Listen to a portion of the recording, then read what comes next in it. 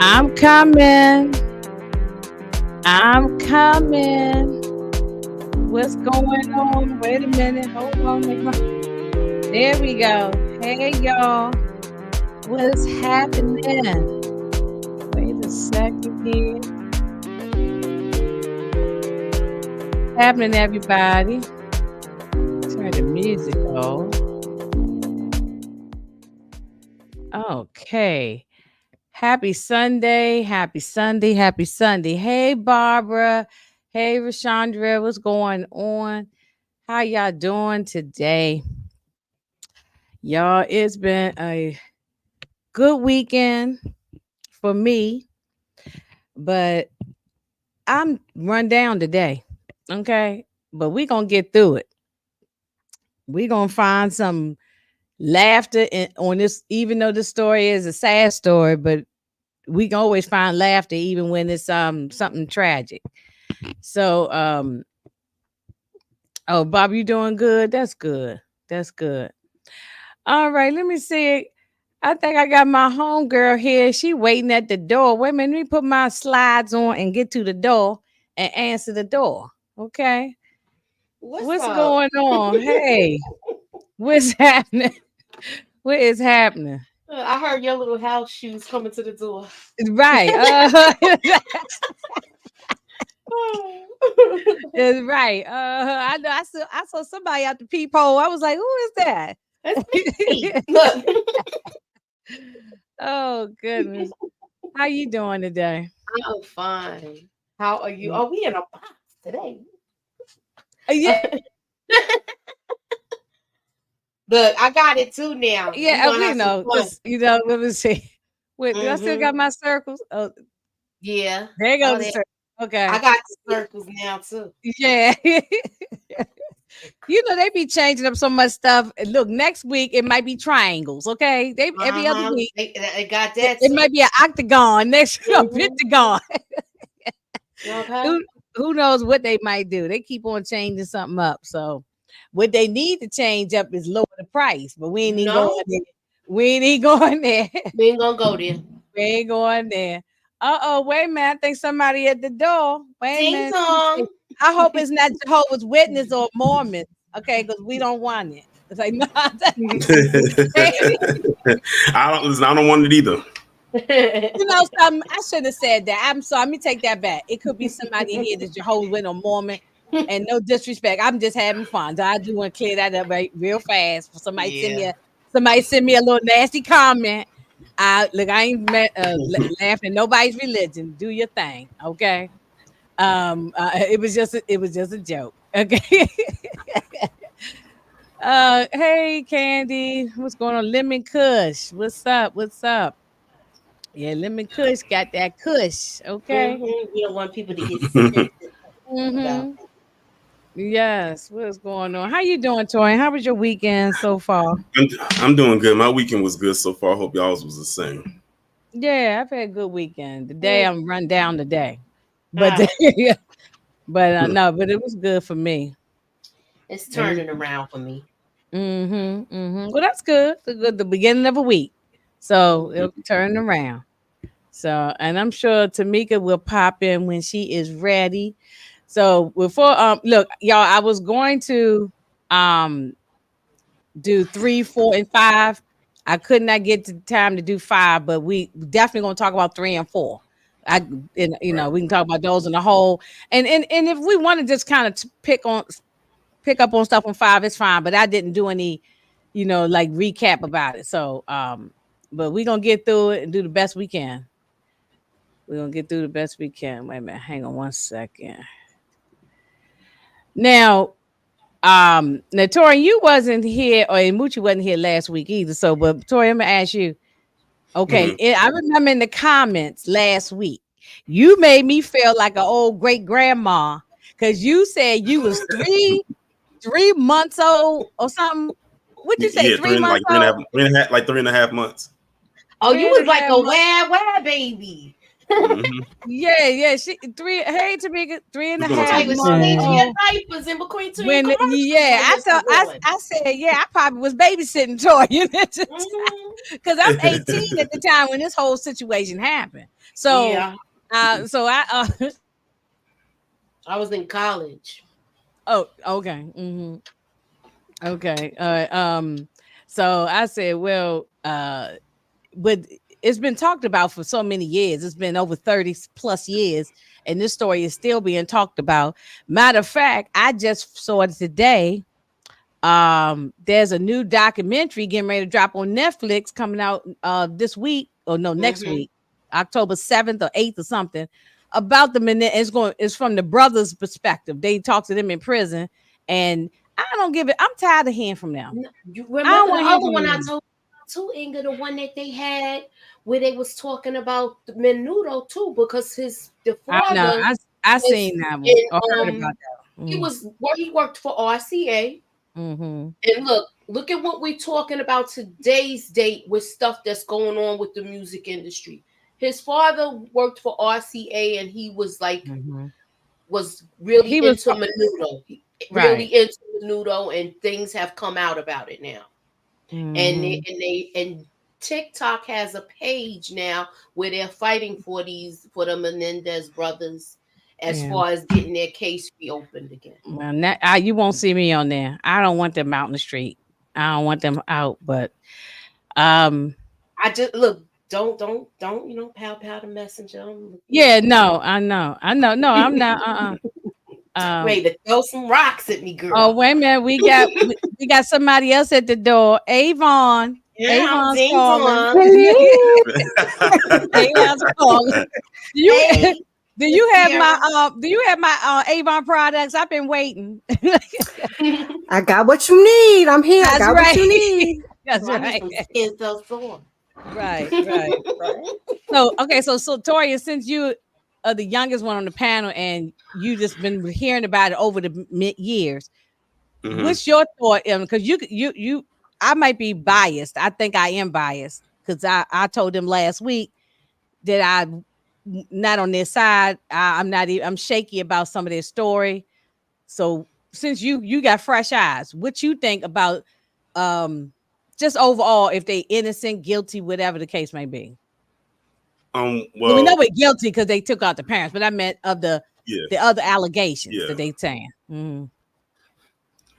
They were when I was watching it, because I actually just finished it on Friday. Like I finished the last episode on Friday.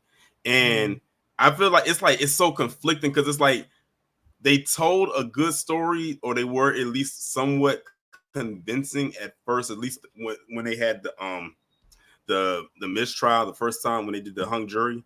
But when they went back the second time, it was like, okay, we just gonna flat out just find them straight up guilty, but we don't know if we gonna put them to death or we gonna let them do life without parole. But we just know that we gonna send them to prison for a while. Like that's literally what it came down to. And it's like they were doing so much dumb stuff that would lead the people to believe that they were guilty without, beyond a reasonable doubt. Like you going around doing shopping sprees. Hold on, are we gonna be talking about the prison episode today? Is that today? Yeah. I mean, we can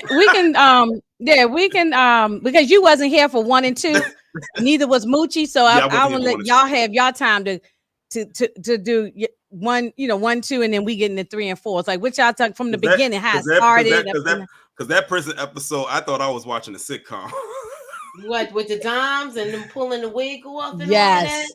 Yes, cleaning the wig and all of that, trying to get the money to get the products, like the facial products, the skincare products. I'm like, y'all are in prison. Like y'all are not at Club Fed. Y'all are not at a country club. Y'all are in Gen Pop. Special like, I don't know where suntan y'all oil, suntan like, lotion.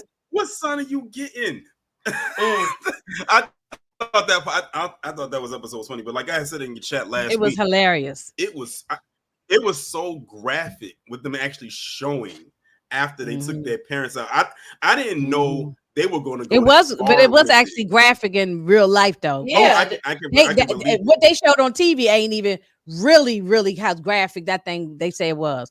It was, they said half the mother's face was laying on the other side of the room. Like they took blew the whole father's top of his head. You know what I'm saying? This was the closest to being illustrated, closest, though. right, This is the right. closest, and that was kind of like grotesque. It wasn't grotesque, but it was like something to see.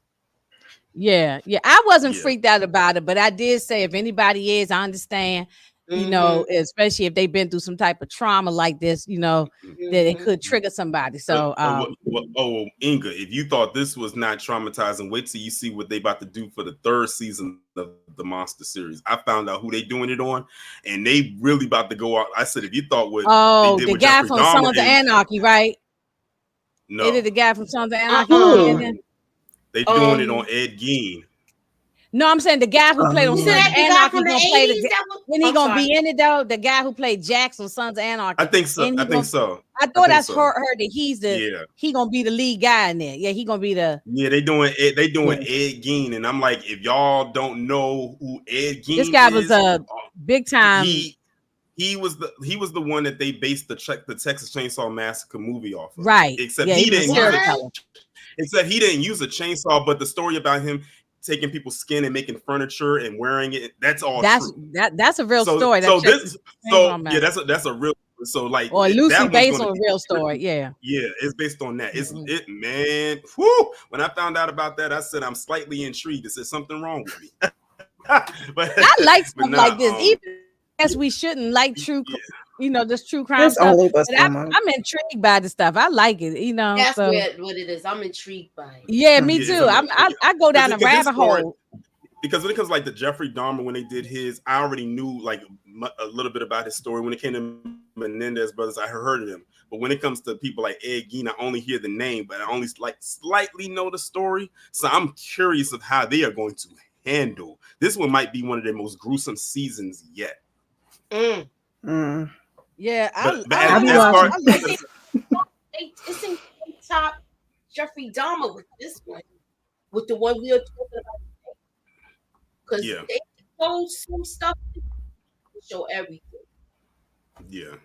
But the first 2 episodes, but I was surprised, like when I was watching the first episode, that they went there immediately. Like it's like they jumped right into it. I was like, oh, what? I thought we was gonna warm our way up to it, but they wasted no time getting right into it and all of that stuff right there. And I said, the brothers, I said their greed and their ego and the narcissism, that's what got them caught up. If they had just laid low and they didn't do all the extra stuff, they would have gotten away with this. And that's where I'm coming from. But even though Tamika, Nita, and Miss Kara got me straight last week, and they said, Inga, 2 things can be true, that they could have been, you know, had the little essays, you know, issue, plus you know, they could have had that, plus also did the stupid stuff that, you know what I mean? Like it's 2 things can be true at the same time. It was just all these years. I'm at the point. I'm not gonna say no more that they wasn't touched by their father. I think my father was a creep. He was not only verbal abusive, physically abusive. He probably touched him and did stuff. And the mother probably sat back and knew what was going on, but she was all messed up her own self. So it might have happened. But the reason why I just never, you know, I just like I'm not caring about what they're saying is because of the way they, like you said, Tori, the way they handled it, the way they're behaving, the way they handle things. So that's where I'm coming from with. So that's why I'm not on the bandwagon of let's get these guys out of here. But neither am I with that. Yeah, it's just certain things that to me it was planned out. It was premeditated. Premeditated. Yes. And Moochie,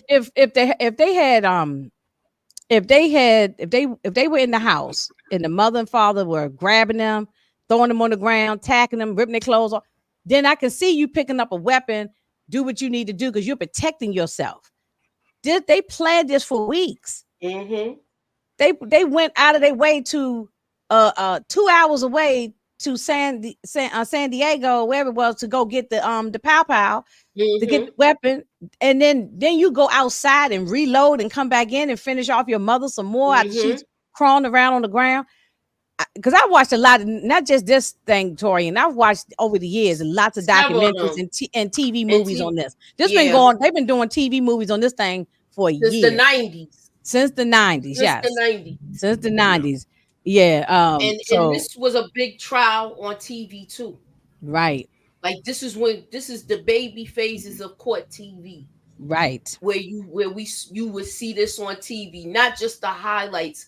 Like you would see the highlights on the news every night of the trial. No social media. Yeah, but then they had those channels and stuff like that. We had the Nancy Grace, Larry King, CNN. It was on, and we was watching stuff, court TV. We was watching it day and night, and they would be talking about it day and night.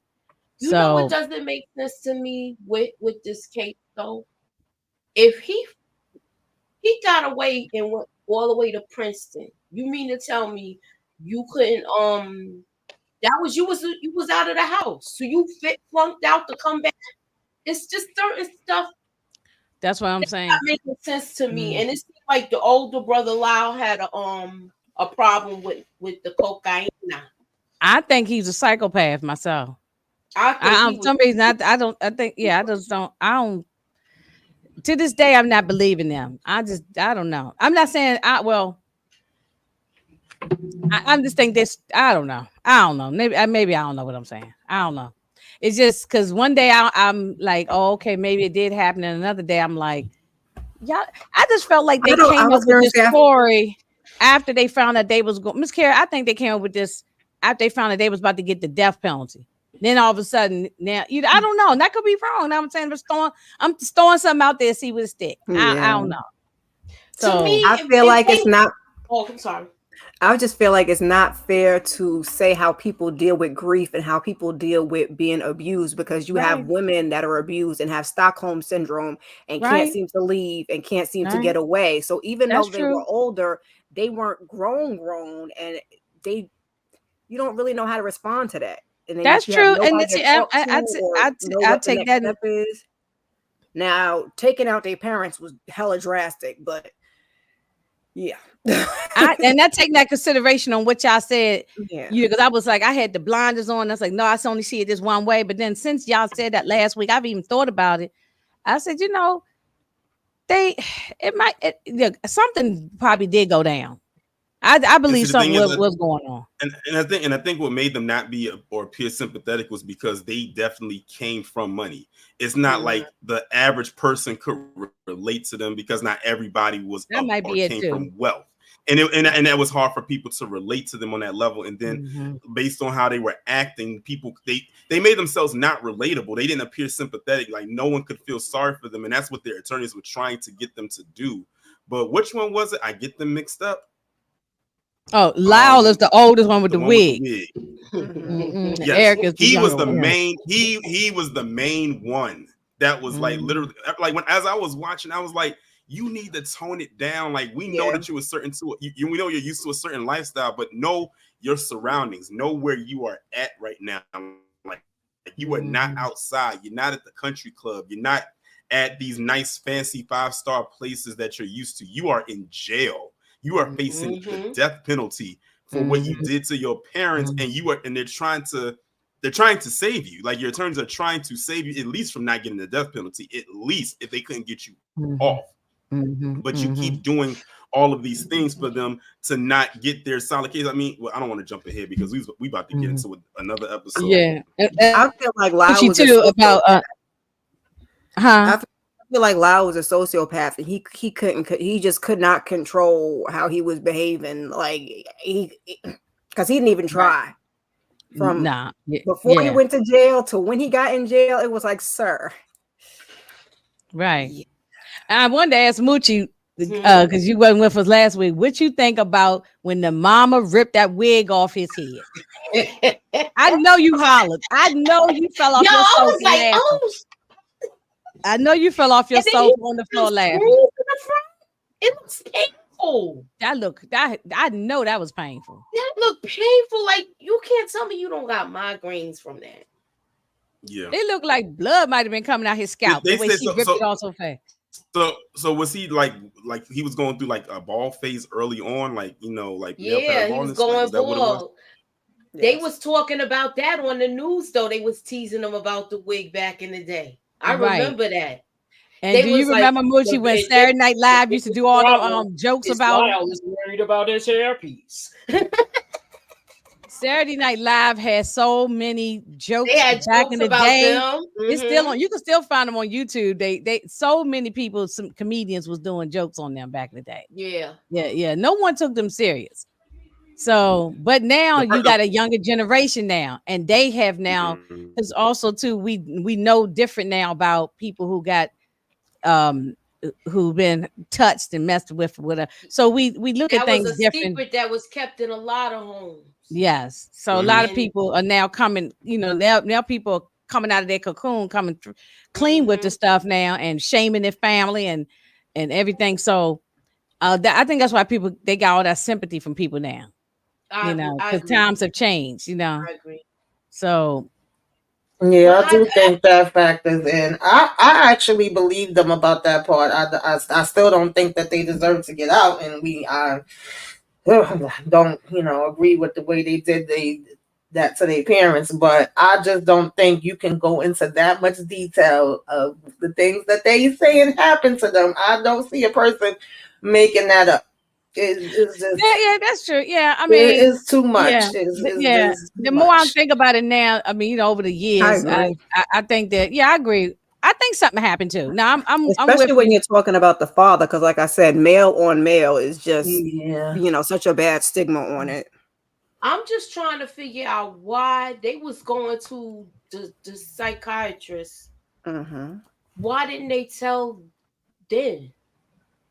Well, they wasn't really supposed to talk to the psychiatrist. They only ended up having to go because they got caught with the stealing. That was talked about in here too. They because her father said not to. So we're gonna jump on into episode 3. We got this. Anyway. This part was funny. We got this bozo psychiatrist. I'm gonna tell y'all, if he's your psychiatrist or therapist, quit and run, get away. Get away from him. I hope he got his license taken. I don't know how he got a license in the first place. But Torian, I know you be always doing your investigative report and find out if this guy got his license, because we need his license taken away from him. Dr. Ozil. We need to look up Dr. Ozil. Yeah. He needs. His wife called him and said, "Jerry, you need to get home. They is here." And this was March 1990. Okay, by this time, you need to hurry and get home. And it turned out it was that old side piece, Judalon. She done ran and squealed because you know what they call a woman scorn. What R. Kelly say when a woman's fed up? Ain't nothing you can do about it. And ain't nothing you can do about it. So R. Kelly said, right? And he now look where he at. So when a woman's and look, Miss Kara, look, she said, "Oh, you gonna kick me to the curb? You done lied to me saying you gonna leave your wife and kids and everything, and now I'm gonna go and squeal." And he did the wrong thing, y'all. Is by that pillow talk. Look, us ladies up here. Look, I know we can do the pillow talking, but some things you just can't be saying. Okay. Yeah. Sometimes some pillow talk you can't. Pillow talk. That sounds like you say when he had her in the office. When he had her in the office, he said, "I need you to come to the office and stay just because I may need a witness, because this is after they told him about what happened." And then he got off the phone with Lyle, and he was cussing him out on the phone, and he was like on his way down there. That drive down there had me cracking up because I thought he was going to crash on his way. That's when he thought he saw his parent, and he was like, it was Halloween. It was Halloween. Yeah. Right. And he was on his way to the office, and that's when he that funny part was when and we talked about this last week, when the therapist go racing and running down the street to that payphone. I mean, I would have kept running. That part was kind of. I would have kept running. I wouldn't even came back. And let me tell y'all something. The way that a woman, it would be hard for a woman to run in high heel shoes. That's the same for us guys trying to run in dress shoes. They just not a high heel. It's hard to run because you slipping and sliding with them.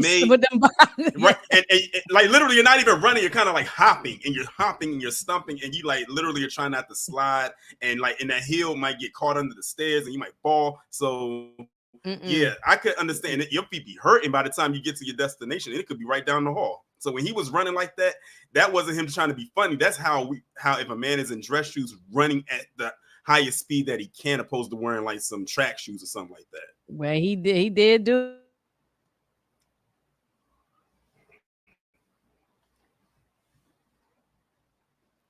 Inga that got stuck in the matrix. I thought that was me. No, not my. Yeah, that was my internet. Look, earlier we had technical difficulties with 69 ways. Now it look like I'm getting them. Okay, I don't know what's going on today. Lyle was trying to open up like a Buffalo Wild Wings, and he just living his best life, not paying no attention. And Tamika, they got him. They got him. He was trying to go to lunch, like just living his life with his friends.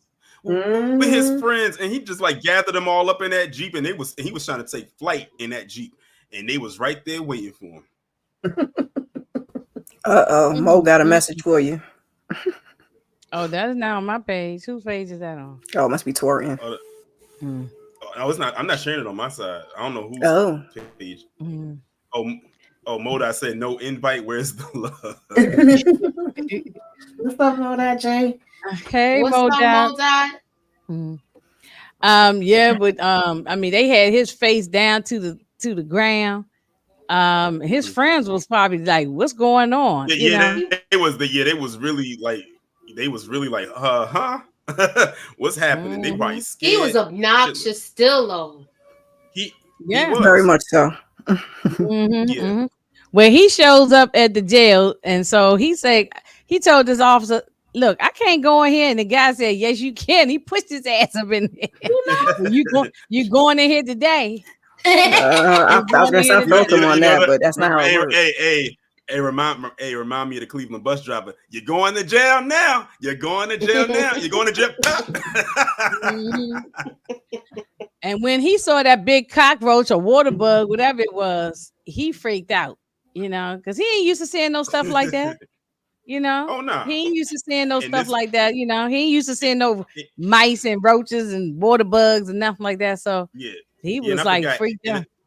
And I forgot Erik was he was overseas because he was in Israel. He was in a plane. He was supposed to be playing like in a tennis tournament or something. Tennis tournament, and his family because he was actually trying to become a professional, tennis player. If things didn't go the way it went down, he probably would have been, some big time person playing tennis. So he and his family would call and said, "Look, they just arrested your brother, and I don't know what to tell you, but you better hurry up and get back over here and get arrested here instead of overseas, because if you get arrested overseas, it's going to be a whole lot worse if you get locked in an international prison. So you better find a way to get back to the States." He got on that plane, and when he got off that plane, it was right there waiting for him. And he has the nerve to say, "You don't gotta put those on me." Really? Talking about the handcuffs. He was like, "You don't have to put those on." Modai, I'm glad you, Moochie, I'm glad you said that, because Modai's in the chat right now, because we actually did a story about this woman, this teacher last year on Mo's other channel, about this teacher who was drunk, and she was like, no. She said, "You don't have to put the cuffs on me." It was her whole demeanor switched up. She was up there crying and everything, but the minute she said, "You know what? You don't have to put the cuffs on me."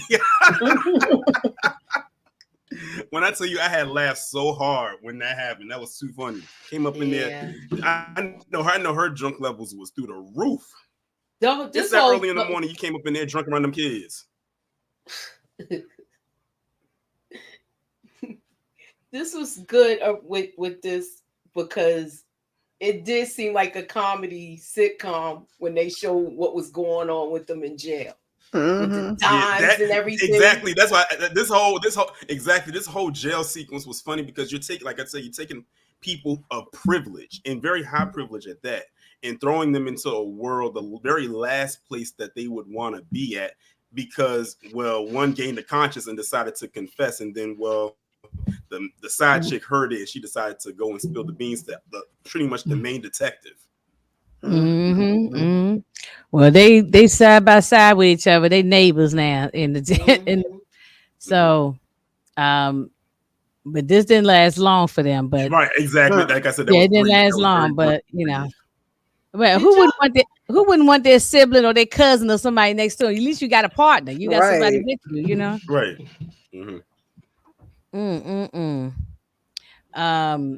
But and then not loud. Erik could never eat the food. He said it was making him sick, wanting to throw up. And this is far that Moochie. This was funny when he asked this black man, "You got any dimes?" And that man said, "You better SMD." You know what I'm saying? What you think this is? I'm just gonna give away money for free. Right. You know how hard it how hard it was to get these coins to use this phone. And then I'm on limited, and then I'm on borrowed time to use this for this phone call, and I'm only allowed one. He was asking everybody and their mother for dimes, and then it was funny when he told the auntie he needed dimes, and she sent him $100 bill. $100 bill. If I'm gonna do it this, she said you could get all the dimes you want with that. Gonna do? Exactly. And so, and then he ended up giving. He just really pretty much gave somebody $100 just for a roll of dimes. Yeah. Yeah, after he was like, "Are you crazy? You know I'm not giving you $100 for the." He didn't have no choice. He didn't have a choice. Yeah. This whole scene. This whole scene was all hilarious. of this was comedy. This was like a comedy. Yeah, I agree with you, Torian. This was like a sitcom. I like the song they was playing. Oh yeah, and the music went great. Yes. Yeah, this was a mess. But and then this when they ripped off they in the shower and they ripped off his. Oh, I shouldn't laugh, y'all, because I know this is supposed to be tragic, but it was just funny. It was tragic, all right. It was just funny. Well, and Erik, all these cartons of milk. Like, first of all, do you know how much diarrhea you gonna have drinking all that milk? Right. That part did kind of give me. I'm like, why are you drinking all of that milk? You about to be. And then he wasn't taking showers. Because he wanted to be in the shower. He wasn't taking showers. He was scared to go in there. Yeah. That's why he's stinking. And but yeah, they say he was stinking and all that stuff. He figured if I'm stinking, everybody will stay away from me. Well, he took a shower with this man right here. This man with all the muscles. He's so safe in there with him. I would have too. That was his boo, y'all. Y'all know that was his end up being his boo. Yeah, that's his boo. That's his boo. Yeah, so that means Muscle Man. He was Muscle Man said he waits till nobody's in there. But he said he opened with his sexuality. He said he not hiding nothing. He is what he is, you know. So apparently he was in there for selling some crack. So and that's when they used to lock you away for 30 years for having a little bit of crack on you, you know. I feel like Erik struggled with that too. Like he didn't want to admit he didn't want to think that he it was like yeah, because even in that scene when he was talking to the guy, he was saying I think the guy had asked him, was he a homosexual or something like that, and Erik said, no, I don't even like that word. Right. Yeah, he did say that. Yeah, and at this point, Lyle is looking wild. His wig is twisted. It's on backwards or somewhere. It just slapped on top of his head like a dust mop at this point, you know. So I just can't get over the mother ripping the wig off. I'm still on that thing, y'all. I can't get over that scene. It's just hilarious. Mean mama. The mother was wild. And then we got Robert Shapiro. Everybody know Robert Shapiro from the OJ case. He's represented a lot of people that we know, a lot of old school celebrities back in the day. And he's, you know, and just the same in the OJ situation, he wanted to do a plea deal and with OJ as well, and that's what he wanted with these boys, because he's not one of them type of lawyers that want to go to trial and all that kind of stuff, you know. So he's not like a Johnny Cochran who's ready to go toe to toe. No, he rather let's cut a deal and he get his money and go on about his business. So but he didn't believe these guys. No, he didn't. He was like, listen, we ain't got time. We'll go ahead, Tamika. I'm sorry. No, I was saying, he said, I ain't got time for it. Y'all know y'all guilty. That's it. Let's plea and move on. Like, I'm trying to save y'all from being taken out, but y'all gonna be staying in jail. Forget about not guilty. Right. Like he said, he just couldn't find anything for himself to say they're innocent. He said, like, nah, I don't think so. And then he started pulling up them receipts and stuff like that. He was like, no. And then when he had to tell the family, right? When he told the family, time, it's seriously though, because remember at the time we did. I mean, we might be saying the same thing. Go ahead, Michael. I'm sorry. No, I said because I feel like he didn't take them seriously, especially they didn't even want to talk about the case. They want to talk about Tanner and wig glue, and it's like you don't have nothing else. Yeah, like how the hell are you talking about Tanner? They really was oblivious, and the family was too. And the fact that they was like, oh, we're firing you. He's like, okay, good, I quit. Like I ain't got time to wait. Yeah, no, he had so many other cases. They showed the gas chamber and they thought it was tanning booths. Yeah, right. Right. He said, is that the sauna? He was like, no, they're gas chambers and they'll be side by side. Robert Shapiro is a busy lawyer. He said, look, I got other cases, and it wasn't too much longer. He ended up having OJ. So he was busy. He was booked and busy. He had time to be fooling with these boys. But see, he did not know of the situation. At this time, they hadn't said anything. Right. No. Exactly. So that's so that could be one reason too why he didn't believe them. But to me, why would you tell him then? Because they were so dingy. Like I think they really thought they was just gonna walk out of it. They wasn't taking any of this serious. No, did you hear what Lyle said in this particular bottom picture? He told him, has anybody looked into Castro? Talking about Fidel Castro, because his father's from Cuba. And they thought maybe, he just keep trying to the lies just kept getting worse. And Robert Shapiro was like, look, shut your dumb ass up. Yeah, and then nobody was they wouldn't believe it. So the family fired him, and that was it on Robert Shapiro. And then this when they moved Lyle into another cell because he was putting notes in the mattress of Erik about an escape plan. Yeah, that was crazy. That was crazy too. And when they showed them with the long hair. No, but the thing is, what was so funny about it was the scenario that how they played it out, like how they fantasized how it was going to go. They was like, so we're going to do this, we're going to do this, like it was a movie. We're going to get out of this way. But the part that got me, the part that got me was when they said we're going to go to a plastic surgeon. We're going to get some facial reconstruction. Then we're going to grow our hair out. Yeah, because I was like, not y'all with these long blonde wigs on. Some of them they were looking like what's the guy name from back in the day? Fabio. That's exactly what they look like. They look like them romance novels. You could see their heads was in the cloud with stuff, yo. It really was. Millie is gonna grow their hair. I don't know how they didn't get beat up in jail in the beginning. Well, they had to be in protective custody because they might have. They just didn't show us this in this particular movie, but in real life, we don't know. They might have gone through it. We don't know.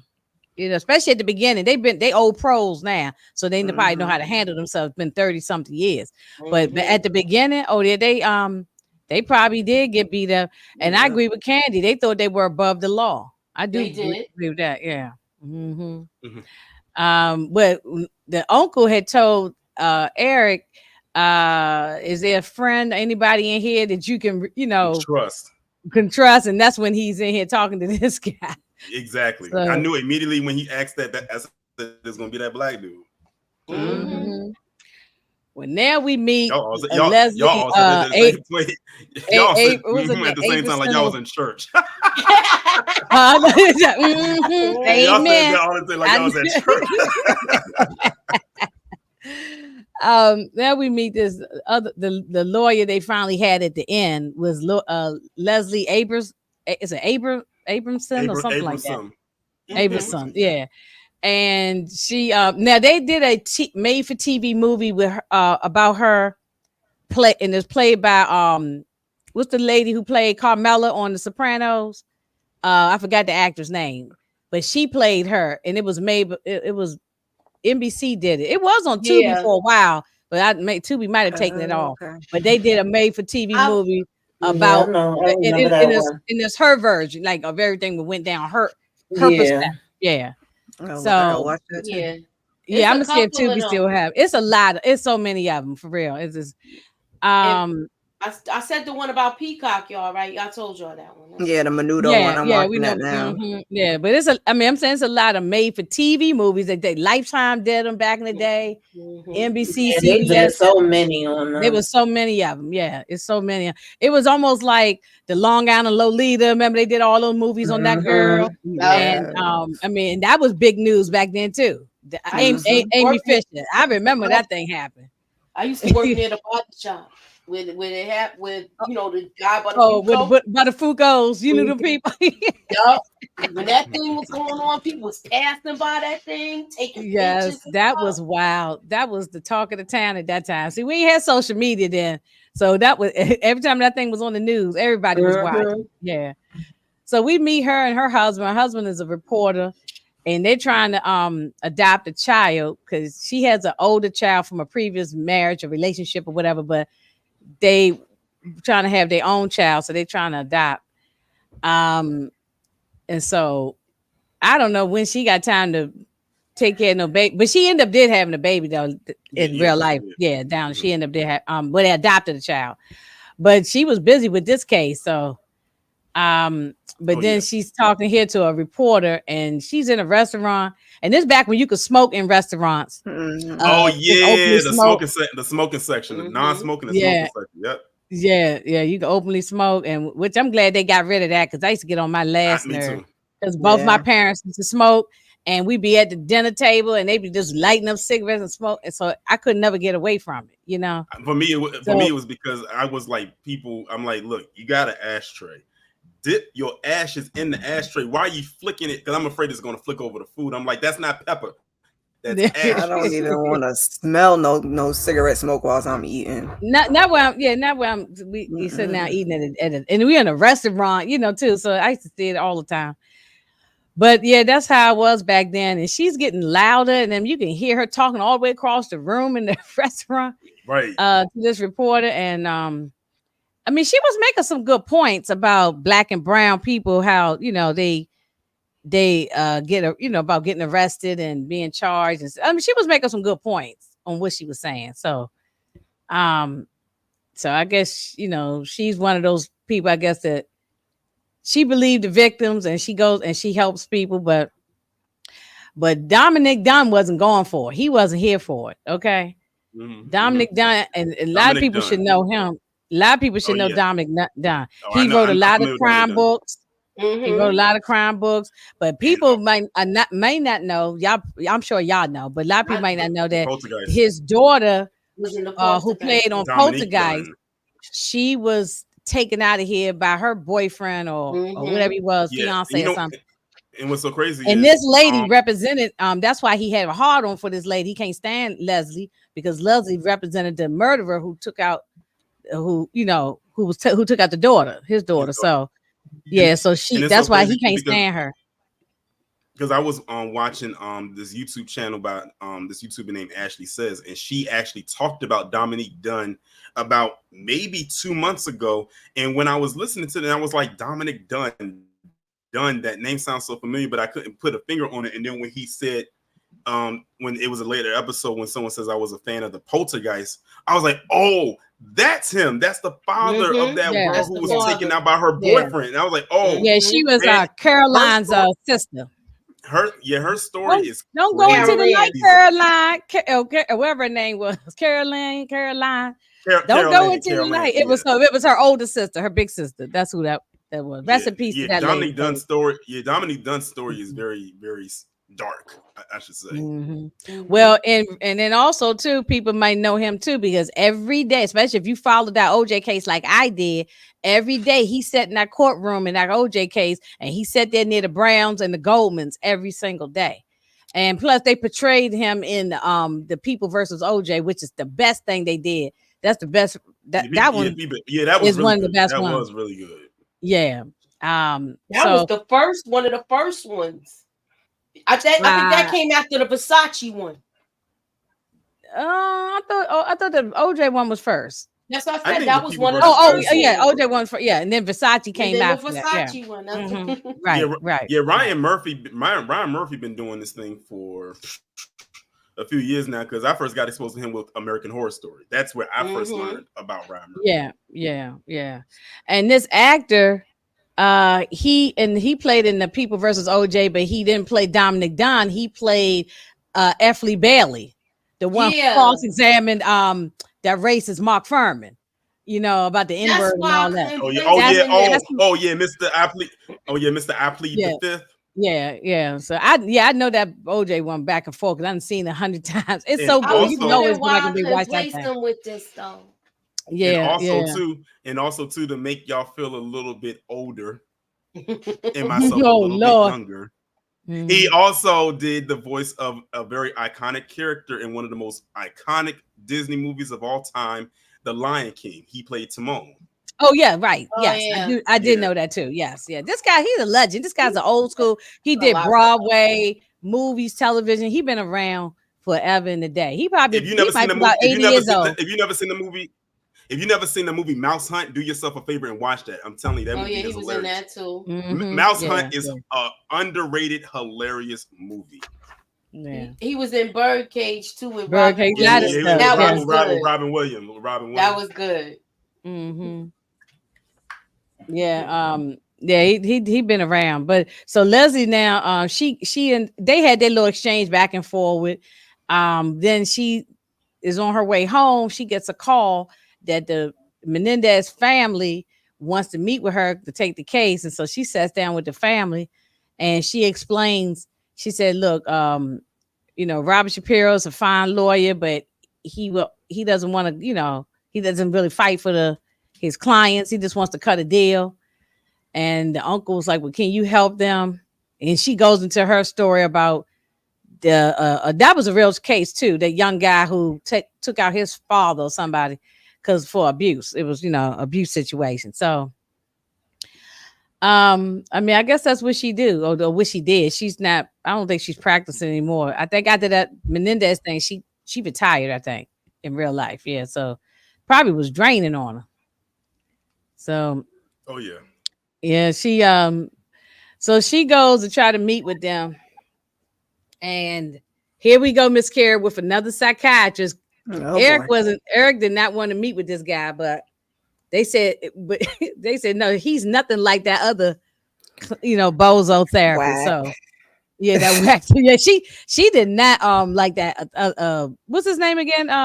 Dr. Oz. Dr. Oz. Dr. Oz, yeah, whatever his name is.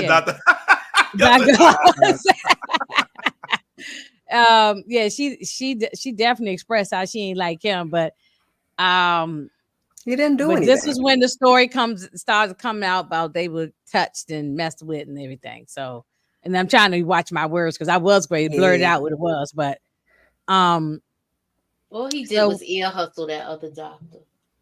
Yeah. Sympathetic ear, sympathetic listener. He didn't do anything else. And take some notes so he could write his book. And how were you feeling when that happened? That's okay, Moochie and Tori. Okay, because y'all wasn't with us last week. I do want to get y'all thoughts on that Dr. Oz guy. When did y'all think that he was just trying to? I think Miss Kira brought this up last week, or maybe Nita, that he was opportunist. He was trying to get them to invest in his business. Yeah, his car business. Definitely. I'm sorry, I'm not. I didn't hear you at first. Yeah, he was an opportunist. No, I was agreeing. I was saying he was. Yeah. I mean, I think he did, and I think he did write. Everybody wrote books back in the day. Everybody wrote a book about. Same like how they did with OJ. This was before OJ came, so everybody came out with books. Everybody got their story. The neighbors across the street, the neighbors next door, the people who went to school with, everybody came out with a book and claimed they knew what was going on, or they had their opinion one way or another. But he wrote a book too. Of course he did. Yeah, he wrote it. So I think that's what he was trying to do. He was trying to capitalize off of that. Of course he did. He was like he said he probably was like, I'm the one that they confessed to. I'm about to write a bestseller. He had the actual tapes with them confessing. Okay, well, Johanna said that Dr. Oz was a con artist. Yeah. I mean, look at his side piece. Look at his side piece, Julian. That's right. They so hard. I like that. I like that. I heard her accent. I'll put I mean, okay, so now we're all up to date on the 3. What do any of y'all, and it doesn't matter who go, this hopefully we don't not talking over each other, but what y'all feel about Leslie? Y'all think she gonna be a good lawyer for them or what? Well, I mean, if I'm speaking from a perspective as if I haven't seen the rest of the episodes, I'd say she probably has a shot. She seems to be very determined to get, to at least try to actually get them off or get a lesser sentence or get charges reduced or something like that. Like she seems to, and she has the track record of doing it, even though it's very controversial with who she's represented. But she sounds like she's the perfect person for the job. Mm-hmm. Yeah, because she's actually doing the work. Like, I'm representing one and not the other. She got the therapist. She's asking all the questions that need to be, asked, because they weren't delving to it at all. Like, when they had Shapiro, like I said, it was like, we need Tanner and wig glue. And he was like, I can't do it. But at least she's like sitting down, asking questions and trying to work with them and get somewhere on the case. Mm-hmm. Mm-hmm. And she really seemed sympathetic toward Erik more than anybody, because Erik actually did show sympathy, like he was remorseful. Like, yeah, I know I did take out my parents, but he was always busted up about it. Every time you turn around, he drop of a dime, he crying. So, but Lyle I never saw no tears come out his eyes. Oh, no. At least not yet. At least not yet at this part. Yeah. Eventually, he did produce the tears. Notice I said produce. Miss Carrie's face. I'm laughing at your face. You like, oh, you're okay. I gotta see it for myself. I ain't got that far. I think I only watched episode 6. Okay. I still think he was manipulated by his older brother, though. I said I still think he was manipulated by his older brother. Oh, Erik was right. I believe that. Yes, yeah. I think Lyle manipulated him and took and basically he made him do it first, so they have to commit to it. Because if it was up to him, I don't think it would have got done. They just would have kept talking about it. Yeah. So I feel like he really manipulated his brother. But see that too. Another thing was I remember this case because she would put them, and they would go to court and they would have these little pink sweaters on, try to make them look like they were 10-year-old boys. And she kept calling them the boys. And remember the preppy look was out back then. That's true. Yeah. But remember, but Shapiro had them in suits and she dressed them down as if they were schoolboys, Yeah, she dressed them like they were preppy college kids. Yeah. Yeah, to try to put some sympathy for the jury and the public opinion, And remember, and also too, like remember when she was when Leslie was talking to her husband when they was in the kitchen, and he was like, "The way you're talking, if you could adopt Erik right now, you probably would." And notice she really didn't have a response after he said that. She was probably in her mind, she probably would have if she could. No grown behind. Yeah, she said it as if it was a joke, like, but I believe she was serious. I believe she was serious. She's like, I'll take Erik. I don't know about she's like, okay. She's like, just Erik. Yeah, I agree with this, John, that the little brother would do whatever the big brother, and that's that happens sometimes. You follow your big sister, big brother, whatever like that. Yeah. So I agree with pissed me off. We're going to get to it when we do the next. But I just said the story starts here. This is when we really get into the meat and potatoes. And then this lady who works with Leslie is going to represent Lyle. So, but he was saying, this was funny to me when he said, I know you're not talking about my father. I love my father. I respect my father. She said, you put a bullet in his head or you cut it, whatever she said. Something. I might be paraphrasing it wrong, but it was just funny how she like, come on, let's cut the mess. Yeah, there's not enough love there if you do something like that. Yeah, ain't no love. You blew his head off. And that was more than a bullet to the head. That was more and more you than a go vote to and, the hit. and reload and come back and do more. Come on, man. So that's how he behaved when it came to that father, though. After all that abuse that he went through, he like at least verbally would always take up for him and say, oh, he loved them and he did this to make them this and this for that. And at the same time, he sociopath. Yeah, sociopath. They do seem like that.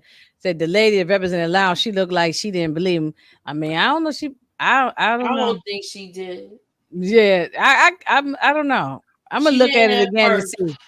She didn't at first. I don't know about y'all, but when I saw the actress who's playing Lyle's attorney, I thought that was Debbie off of Adam Family Values. She looked just like her. She looked just like her. Well, see, this back when the white women had the curly perms. It looked like a Jerry curl, but it was a big curly perm. It was huge too. You know. Well, so now we're seeing some flashback scenes, and before we didn't get a chance to see a whole lot of stuff going on, but now we see the father screaming at him over his paper. I guess he didn't get a good grade on his paper. Slapped him across the face. He cried a little bit right here. He committed plagiarism in school. Yeah, plagiarism. Yeah, it was plagiarism. Yeah. That's what got him kicked out. That's what got him kicked out was because of the plagiarism. Right. It was plagiarism. That's right. But what's interesting is he didn't have a problem with him cheating. It's just you ain't supposed to get caught, and he clearly wrote the paper for him to get in school in the first place, so it was okay for you to write his papers. It just was like so contradictory. But right, Tamika. He said, "I'll write the paper." So that's still plagiarism. I mean, exactly. Right, and he said it right here in front of the family when they was barbecuing. He's sticking the fork all up in their face, talking about it's okay to to cheat, lie, and steal. Just don't get caught. Just don't get caught. That's what he said. Well, he got caught, and they just gave him a 1-year probation, I guess, from school. And that's after the dad was like pushing because the dad didn't want him to get nothing. Yeah, he was like, "I pay how much money? What can we do here?" I said, "Oh, okay." Yeah. And then there was another scene with the mother. That he sat there and said, "I will sit here and pee in the chair." I was like, "What the hell is that supposed to do?" But it was clearly something wrong with him too. But yes, that man was like, "Okay, listen." He just wanted him out of his office. Yeah. The father wasn't. He had money and influence. That's what I'm saying. Money can get you a lot. Well, we know now we're dealing with all these other cases that's coming out. If you got money, you can get away with stuff for a long period of time before it come crumbling down. But you can get away with stuff. The average person, if it was you and I, if any of us on this panel was in a college class right now and we did a paper and we copied off somebody or took somebody's material and then we get expelled. Yeah, they might give you time like a some type of suspension, but then you keep doing it and then you get out, and depending on how bad the situation is too, they may expel you, right?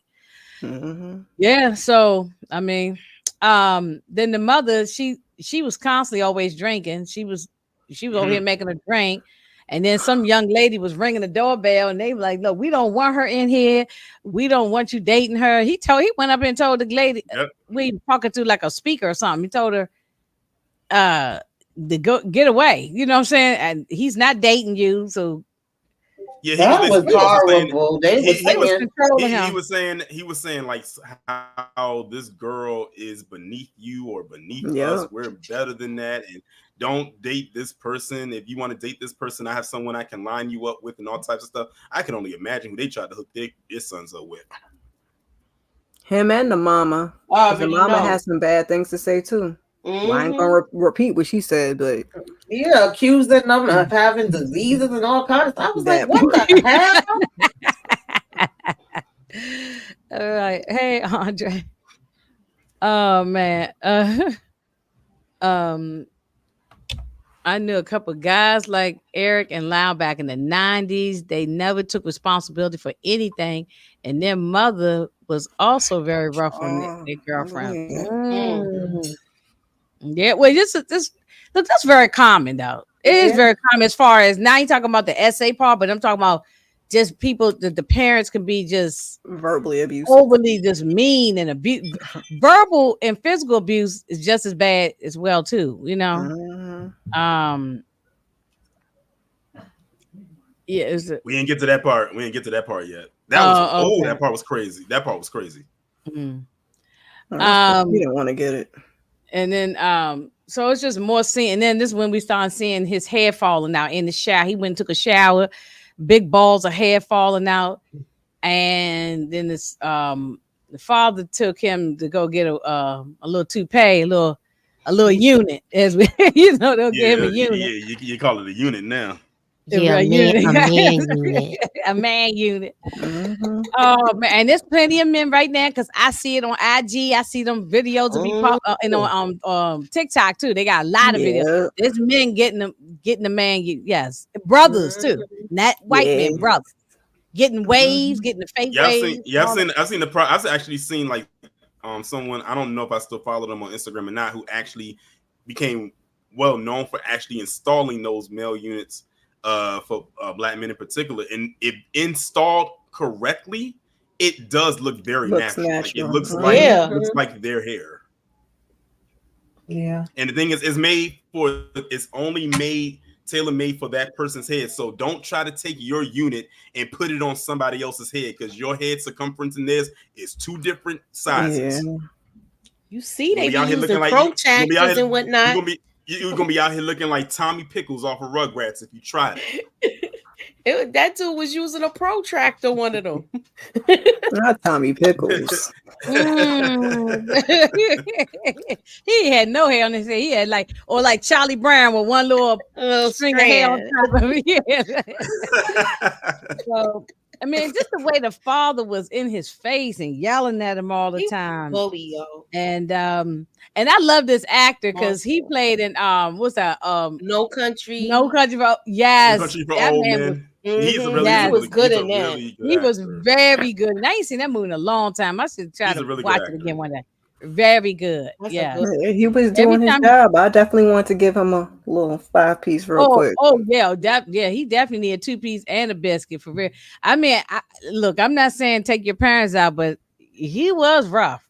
This guy was rough. They say the real father was like this though. They say he was an a-hole. They really did. I've heard they said the people who did business with this man, he was a rough business guy. Like, he was not likable. That's why people at first did believe it could have been the mob and all these other kinds, because he was shady. You know, he dealt with shady characters in business. So it wasn't far-fetched at the beginning, but then things just wasn't adding up. And that's why the police wouldn't let it go. And but Judalon, she the one who she's the hero in this as far as opening the door wide open. You know, I don't know if I should call her a hero, but you know what I'm saying. If she didn't go to the cops, maybe they could have gotten away with it. Well, let's put it this way, Inga. She is an H, but she's not a hero. If you take out those two, two middle letters and combine the first and last letter, and she really wasn't doing. And that was just being funny with that. On it to save anybody or look at. She was just trying to make him hurt. Yeah, like you said, a woman's scorn. A woman's scorn. That's what it was about. Yeah, she wanted to get back at him and his wife and all that. That's what that was about. Mm-hmm. And that is when we touched on this a little bit last week, Miss Kara, right? About them, or Tamika did, about them doing the stuff in Calabasas. They were now they got money. This is how showing that rich people are bored. Rich people are bored when you already got money. Why are you doing it? Friends you knew too. Yes, trauma and bored. Listen, I would have had my Doberman at the door. They did not need to do this. You know what I'm saying? Really they did not need to do this. They got plenty of money. It's not like they need. It wasn't about money. It was just about the. They were acting like spoiled. They were spoiled brats. It was like trauma. They were bored. They were being rebellious because whatever was going on at home they were like, just because we can, we're going to do it. They're going to say, I'm going to see how far we can actually go. Okay, this is a good question right here, because in this TV show, these are two Caucasian actors that, as far as I know, I don't know their background. So let me put that. Well, but they look white, but the father is Cuban and the mother is white. Right. So usually black and Latino is the more dominant race. So are they considered? But when you look at them now, if you look at them right now, but I would say that even though they are Hispanic, you have white Hispanics, brown, darker, and a lot of times the lighter ones don't like the darker ones and all of that stuff too. But if you just looking at them, I think it would be a certain privilege to a certain point based off they looks, and then the money is another side of the privilege. Yep, right there you go, right there. Look at Charlie Sheen, for instance. He would fall into that category. Yes. And by the way, Sheen is not his. And by the way, Sheen. Oh yeah, I know. Everybody knows. Yeah, because we do. They are Latino, Hispanic descent people who are white as snow. So I would watch it. Well, some is black as the bottom of your shoe. Exactly. Well, I haven't. One thing I like to do is after I'm done watching a show or a movie, something like that, is I like to go and look at the interviews with the actors and stuff like that, just to see how see how they are when they're interviewing. The actor who played, I keep getting them mixed up. The one that played Lyle, the one who played Lyle. I don't know if it's his first name or his last name, or not his first name, or his middle name and his last name. But one of his names is Chavez. Mm-hmm. Oh, okay. I do know that. So there is a Latino or Hispanic lineage somewhere there with them. Those genes could just be stronger because because if you look at the real guys, they look like two white guys. They don't look nothing Hispanic about them at all. When you look at them when they were young and even now how they look in prison. That's why when I first saw their pictures, that's why when I first saw their real images years ago, and I saw their last name was Menendez, I'm like, Menendez where? I thought I was looking at two white guys. Right. I said, "Are you sure?" It's not, I was about to say, "Are you sure? Are you sure it's not Miller?"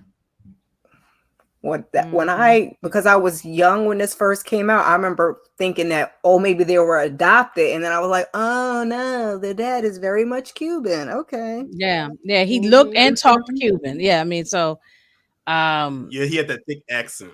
Yeah, he talked like Ricky Ricardo. If y'all definitely. And a lot of the lighter Cubans don't like the darker ones, and you could say that just all across the board, really. Right. Yeah. All the Latinos. Yeah. I feel like that's all races have that colorism thing. I know. The colorism of it all, like the lighter better. They have colorism within their community too. Absolutely. Yeah, the Afro Latinos versus the lighter ones and all that. They have, yeah, that's why someone like J-Lo and stuff is so accepted. She's not. If she was dark, it'd be a different. Maybe she might not be where she is. Maybe. But anyway, Well, anyway, they was up there stealing the PlayStation 1. That was out at the time. PlayStation 1. They was playing. They was stealing all kind of stuff. They had a whole van full of stuff. They was just doing too much. It's not like it's not like they couldn't get it. They made it seem like they were poor or like they were bums. Like no, it was for excitement. They were still thrill seeking. It was for excitement. It wasn't about the money. It was like, let me see if I can get away with it. It was just for the excitement. I still think Lyle was on the cocaine. Oh yeah, Lyle definitely was on cocoa. Yeah, right. He was. And the father in the car telling them, "Look, I'm taking y'all out the wheel. I'm done with y'all." And this is how we end up finding out that they had to go see the therapist. It was court mandated. Mm-hmm. He's on the phone telling the therapist, and he told them, "Look, we're not talking about no family business or nothing. It's only about one before they went in there." Right. He basically told the therapist and told them, "I'm like, sir, you don't give the damn therapist instructions. So what the hell?" Yeah, right. He told the therapist was a quack anyway. He probably knew that he was dealing with somebody that didn't have the sense God gave Roach and that he could pay off, because ain't no way any other therapist that was actually accredited therapist was gonna go for that mess. Right. And so he said, having his conversations with Leslie and his lawyer, I forgot that lady's name, but we got them flashback scenes when he was a little boy or a young kid, and he went to go approach his father and say, look, I know you messing with Erik. I needed to stop. And the father threatened him, like basically, you don't tell me what to do. I tell you what to do. And then the mother was just a drunk. All she stayed was drunk. And I think she was abused. Well, she was abused herself as far as, the father might have been mentally abusing her. Probably could have been physical too, but for all we know. But I believe basically she was doing all of the things that she felt she needed to do and tried to keep her husband near her as much as she possibly could, because she knew what was going on. Like she knew. Remember when locking the doors? He went when he was a little boy. She was pregnant with Erik at the time, and they in the bedroom or the bathroom, wherever it was, and the doors was locked, and she just turned a blind eye. And it's she lived a wealthy life, y'all. So sometimes people like, look, I don't care. I just want to be able to go to the country club. I can go play tennis. I can go golfing. I can go out with the girls and have drink. I think she was probably living like a housewife of Beverly Hills before that, long before, you know what I'm saying? Oh yeah. So I think, so she wasn't even, she definitely just turned a blind eye. But she was drinking a lot too. She was drinking and doing pills. I think she was taking pills. Oh yeah. Pills too. They showed that. They showed she was doing pills. Yeah. She was not all there. No, she wasn't all there. But she probably had a horrible marriage, and so she just did it to numb her pain, But she wanted to keep the marriage. That was the problem. And the boys didn't have a good dad or a good mom because they didn't have anybody to protect them. So you going through SA, you going through physical abuse, you going through emotional abuse and financial abuse, because every time you threatening to take them out the will, and then I guess you did, they went through everything and they had nobody to look out for them. She was in love with the lifestyle. That's what I think. But I think she was not. He could have been beating her up for all we know. So we didn't. Those things I don't know. We don't know what was really going on in that house. We don't know what was going on in that house. You know what I'm saying, on a day to day for all those years. So, but then we got Dominic Dunn, and he's talking to a bunch of people at his house or wherever he's at, and like a cocktail party, and he's talking about how he went on. He had access to be able to go inside the house. And he wrote a whole piece in the newspaper, wherever, or the magazine, Vanity Fair, because he used to write for Vanity Fair magazine back in the day, Vanity Fair magazine, and he wrote a whole thing about how he believed what went down. It was premeditated, which it was premeditated. But I don't think it happened the way he told it. No, But the family did not know. They didn't suspect it coming, and that part is true. It wasn't like they were sitting there watching TV. They was dozing off to sleep watching TV, eating ice cream and stuff. That's supposedly the real story that would happen, and they just come busting up in there and just blasting them away. Yeah, because it wasn't like a conversation happened and a fight broke out, and then it was. They knew that they would. It was like, this is the night that we get our revenge, and that's it. Yeah, and the family was there. They was just sitting, man. You just sitting there watching TV, and somebody busting your house and they get the shooting. You didn't see it coming, so I don't think they had a chance to even to fight for their own life if they wanted to. Like it was like an ambush. Yeah, it was an ambush. Is run, but that's it. Anything else you can do? And so she's telling her husband she's upset that. About the article that he wrote, and he felt like it's going to hurt her case, because the public, like people like me, who was like, oh, this thing ain't happened like they say. And so I'm starting to soften up now more about it now. We working on you. I do. Yeah, y'all working on me. Look, I'm a work in progress. Because we're not saying that they're not wrong. They are wrong. You can't just go around picking people off. Yeah, and if I guess if it was a thing where they were if it wasn't premeditated, that was what got me too. Yeah, and then all that spending and buying the Rolexes and all this, buying Lamborghinis and Porsches and all. it just seemed like, yeah, but you're right. You said something earlier. You can't tell people how to grieve. Everybody do grieve. No.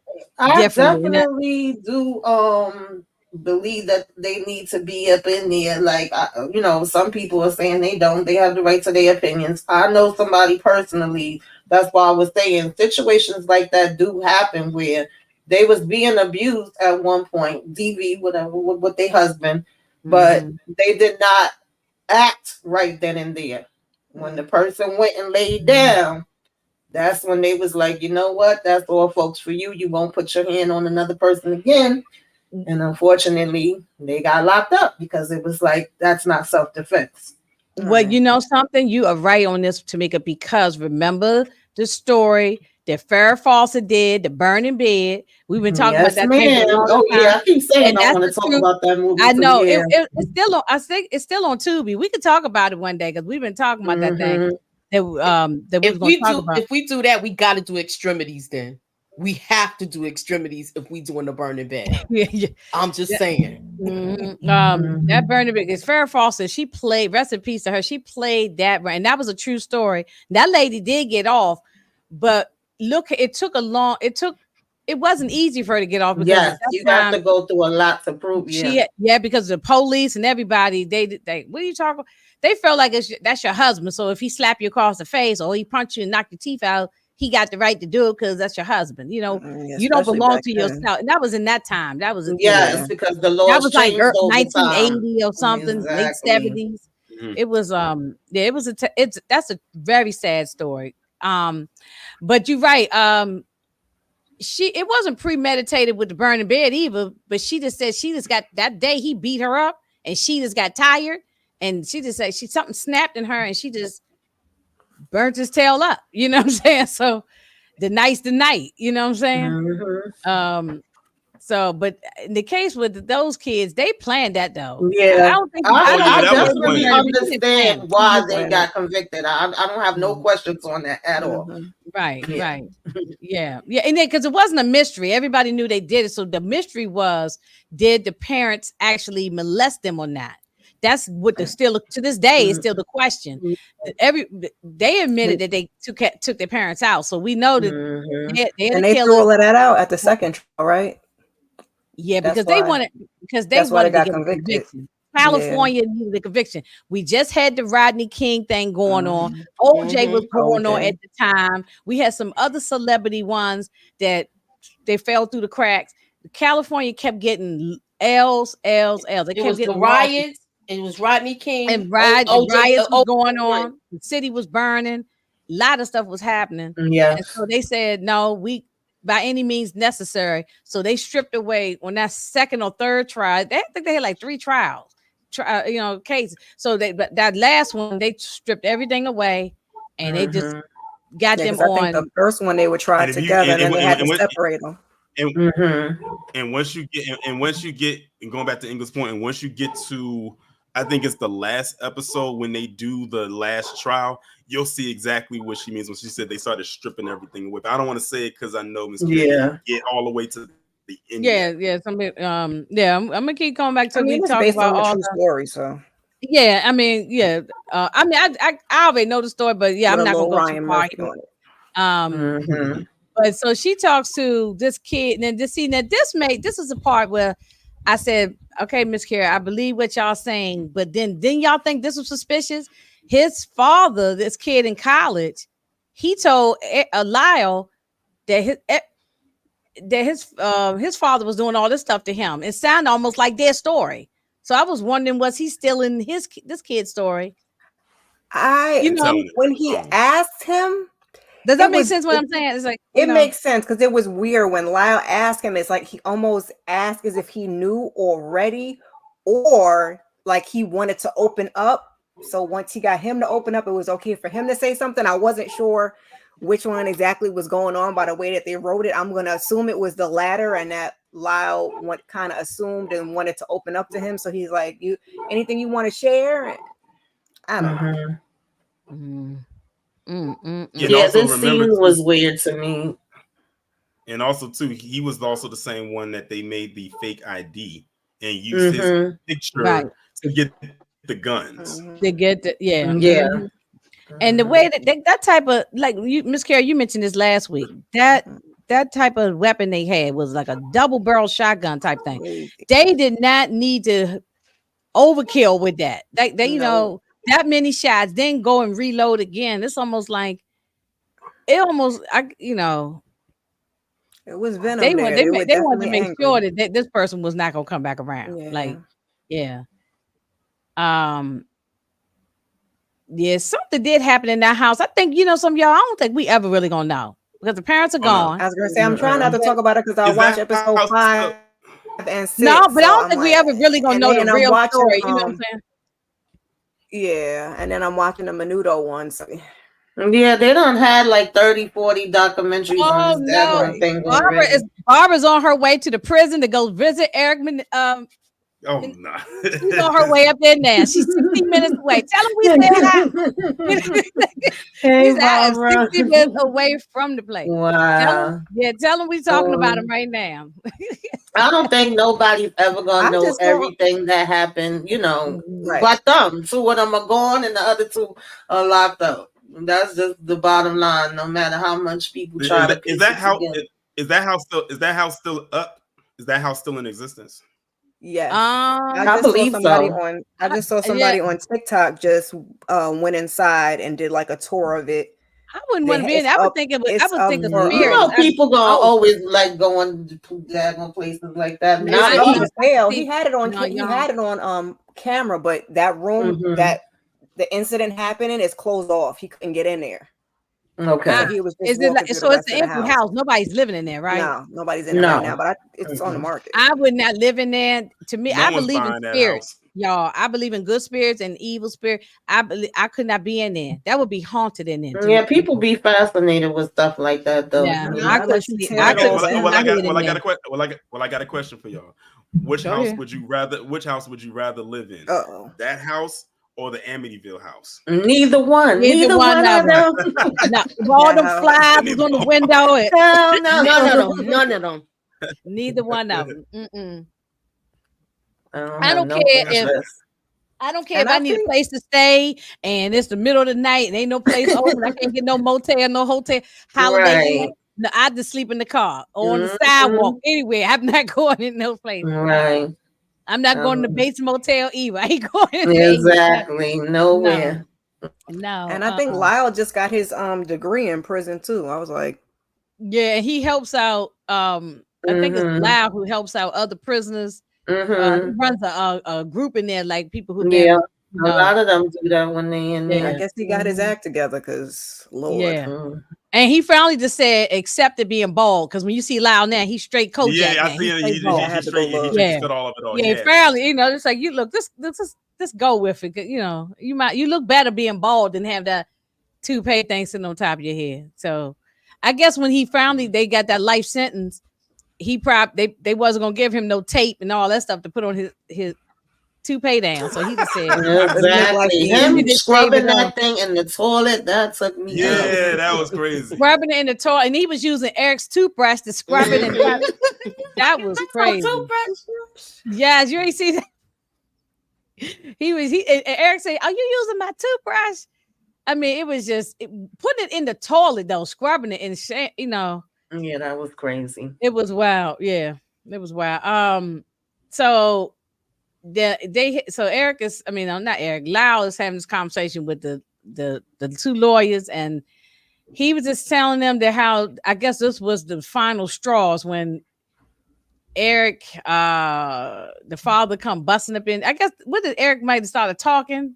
I can't remember. Yeah, he was talking, and they got mad at him for talking. You ain't supposed to tell nobody. He didn't tell his brother what was going on. That it was happening. Oh, yeah, that's right. He told the brother. Okay. Thanks for reminding me. Okay, he told the brother, and the father got mad, kicked the door in, was upset, and then even the mother didn't even take up for him. She was mad too. She was like, "I'm trying to keep this family together." Right. Freaking sick. You ruining everything for me. That's all she cared about herself. Yeah, him telling him that, he knew that if it had got out, it would ruin him. So that's what he was scared of. He was keeping up this image of himself, like there was this good, solid family and everything like that. one of the best. I don't know if it was in this episode or not, but the episode where they were taking the family picture. Talk about faking that was either 5 in front or of 6. that camera. They look so weird. Yes. Like it looks so forced. You could look at them and tell that they did not want to take that picture. Yeah, I think that was 5 or 6. I'm trying not to speed y'all look. Wait till you get to 5 or 6. Lord. I think 5 was the one that was really brutal, and then 6 I was like, yeah, 5 was very brutal, and I don't know that, I forget the actor's name, but he acted his behind off. He gonna probably get an award. That was very, very gripping, child. My stomach was honestly, turning. I can see all of them. Lord, okay, I got her. I'm gonna watch it tonight then, because I didn't see 5 yet. Yeah, I can honestly see all of them getting nominated for something because everybody did a really good job with their parts, especially the actor that played Lyle. He played the range very well, to the point where I was like, I need to pause this right quick because this dude might jump through the screen and try to get me. And I wasn't even there. I was only 3.5 months years old. When the brothers are practicing, I said, "Look, I wrote on here. The brothers are practicing to take out their parents because I didn't show all the screenshots for this part, but the part that showed the mother had been getting her weapons. Yeah, she was. What was that about, y'all? Why was she doing that? She was saying how when she grew up, she says, I didn't grow up like in this luxurious lifestyle. She said, I grew up, we was hunting. That's what she told. She said we grew up and we went out in the woods and was hunting. She said I was firing off them guns back in the day. Like, don't think just because I wear all these designer clothes and this jewelry and I live in this nice house that I don't know how to protect myself. So when she had all of that and she was doing it and she knew what she was talking about, she was telling her sons, yes, I grew up like, out there on the range. Like literally, that's how it was for me growing up. You just didn't know that it was like that it was for me because I never told you that. But if she protected that lifestyle at any cost. Inga, can you pull that picture back up that you just had? Because I noticed something and I didn't peep it until you pulled that picture up. Oh, wait a minute. Hold on, sorry. The one where they're at the. If you look at this picture right here, you can tell that by the stance, Lyle was ready for the action, and Erik was the one that was scared because Erik looked like he's scared shooting that gun off, while Lyle looks more confident. And remember, he was the one that reloaded. Lyle was more like his father. Yeah, remember, Lyle was the one that went and reloaded and finished off his mother, even though she was on her way out anyway. Okay, but what? Remember, okay, seemed like they were paranoid. This is from their perspective, though. They were paranoid that the mother had. Remember, they were in the backseat of the car. They was going on this boat trip. Yeah. The mother was talking and what was all that about? Because I said I was kind of confused on that. They was going to take them out on the boat. They started saying that they was going to take them out on the boat. They was like, since when do we go on the boat at night? Right. And then they kept talking about the mother and the fact that she was into the hammers and ordering them and all of that. And they felt like she could possibly take them out too. And they was looking at the side, and also too, it did look kind of awkward because you had the father driving and he kept looking at them in a very evil way through the rearview mirror. Yes, she kept looking back at him, and then when they was looking at her purse, they saw an opening right there, and it looked like a barrel right there. But it turns out it wasn't even a gun. It was her what was her flask? I think it was her flask. No, it was her lipstick. It was her lipstick. Oh, her lips. Oh, lipstick. I thought it was. Hey, listen. Yeah, right. It was the lipstick, but they thought it was her power tool, but it wasn't. So. And when they was on the boat, that was just all in their mind. Then. Paranoia. Yeah, they were paranoid. Paranoia. Paranoid. I say the Copenhagen. And yeah, that too. Yeah, but definitely was Lyle. Yeah. Yeah, they was going out there shark fishing. And well, they started. They was getting practice shots and look, they was a close range to the parents, so they didn't really need no practice shot. You stand up close to somebody, you gonna take them out anyway. So I guess they was trying to figure out in case they moved, like in case you move. Yeah. Yeah, it's that would have been me. You have to catch me. If I don't freeze, I'm going. I'm moving. I mean, I would have been, at least try to wrestle with him or something, but the father and mother didn't have no chance. You know, They didn't have a training. It was no. Yeah, they came and they looked. The hunt is on, and the parents were to pray. So they didn't have. Of course, they didn't have enough time to get away. Because the thing is, when they came in there and did it, it's not like they had masks on or they were disguising themselves, so they could see clearly that it was their own kids that were doing it. So not only was it the panic, but it was the shock. That my own kids. That's why the mother was able to still crawl around for a little bit. I think she still had shock in her system, But he wanted to make sure she didn't survive or anything. So they took her all the way out. So yeah, it's but I don't want them coming home. I know a lot, like you said, I heard about the TikTok thing and all these damn these YouTube pages and stuff, and I see comments. I've been reading comments. People really supporting them, wanting them to come home. They got a new lawyer and who's working, trying to fight to get them out. People don't always get to come home just because you were abused. Just because you seem to be in the right does not mean you didn't commit a crime and you get to get out. I'm sure there's still people sitting in there now for that very same reason. So right, what makes them any different? Especially women who have taken out their fathers, their husbands, boyfriends, whatever case may be. Right. Right. Then remember something else I want to say about the I was just agreeing with you. I something was in my head and I went right out. But y'all agreeing with you that just because you take out your parents, I mean, just because something happened to you, don't mean you should take, not that way too. That's just the way they did it. Was just I just don't know if but yeah, somebody just said they let that Gypsy Rose lady out. She didn't do it though. She was more like she planned it, but she didn't actually execute it. Right, it was her boyfriend. I mean, that's kind of like apples and oranges because there was a crime with passion. They came in and did it themselves, and they did it in a very gruesome way. That's the difference. With Derry, the reason you said why they took out their parents, but the reason is because they're saying that if this case happened now, I heard did I sing y'all that thing? That it was the little clip that was on Dateline or 2020, 48 Hours, one of them shows. I thought I sent it to somebody. I forgot who I might have sent it to. Maybe everybody. You sent it to me. I sent it to you. Okay. And then the new lawyer is talking and he's saying that if this case happened today, that these guys wouldn't have served as much time. They've been there 35 years. Well, they got life. So I mean, they said that they probably would have only got a short time and been out. Probably would have been like manslaughter or something like that. So potentially, or maybe not. It depends. Well, we'll never know. Right.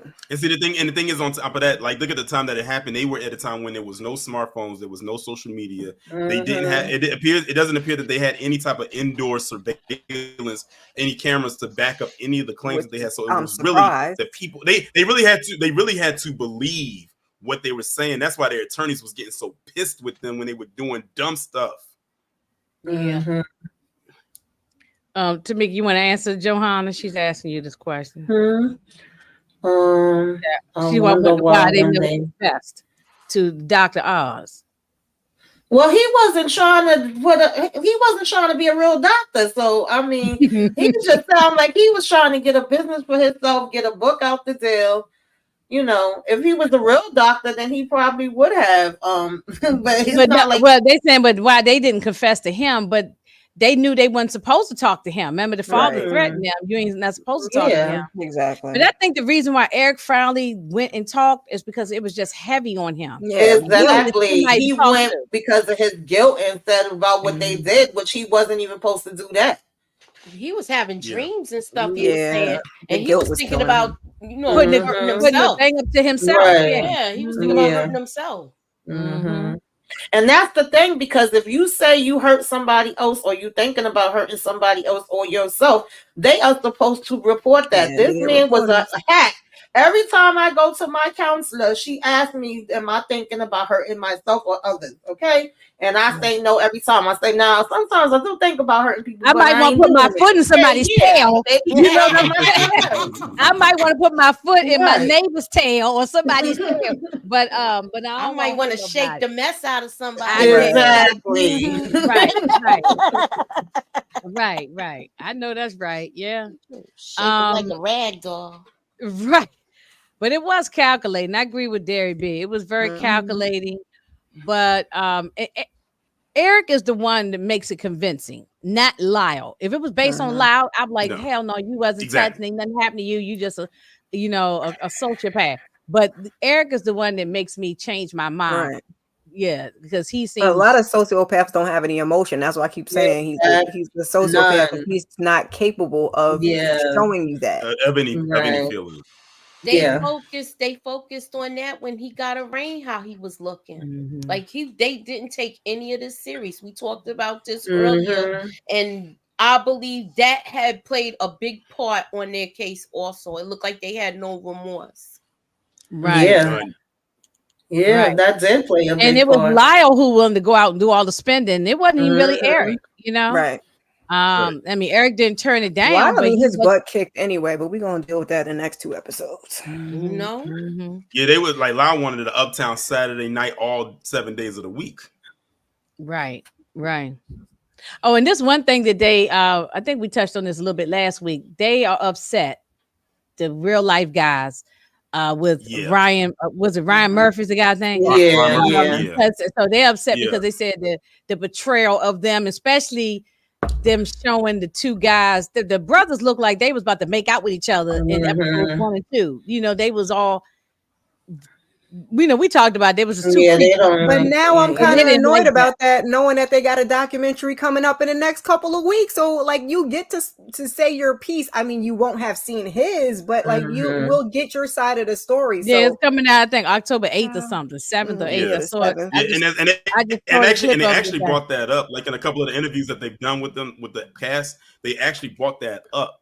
Of them saying that, that the brothers had said that they were upset about that. They even asked Ryan Murphy that during the premiere. They had asked him when he was on the red carpet. They had said the same thing. And Ryan Murphy said what he said. The cast said what they said. So it's almost like one of the things like, well, you'll just have to be mad. It was kind of like that's kind of the. I mean, I guess it's fortunate and unfortunate. Whenever it's these public stories that happen like this, they can take their own liberties and do what they want to do. I know they was in a big uproar about Dama and how that was done, and I did find it a little disrespectful to some of the families, but at the end of the day, they really can do whatever they want to when it's a public. Yeah, this is public information. I mean, go on your computer, Google Lyle, and as soon as you type in the word Lyle, the Menendez thing come up. Yeah. As soon as you type in just his name. It's trending, right? Now. And so it's like heavily trending.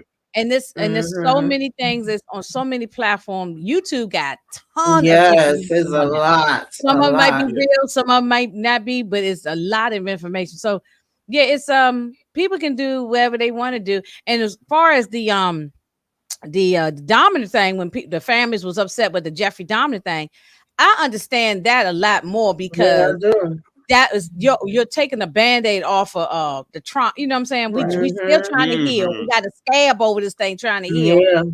You rip it off and then we're bleeding again. So I can see why they were upset. And no, they didn't go to the families and talk to them and interview them and get their perspective.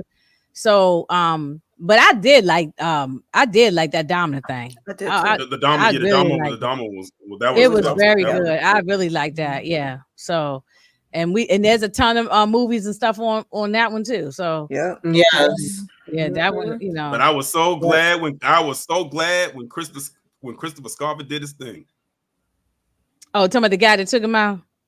Yeah, with the dumbbell. I ain't know the guy's name, but I know you're talking about. Oh, yes. Yeah. Listen, that name is etched in my memory.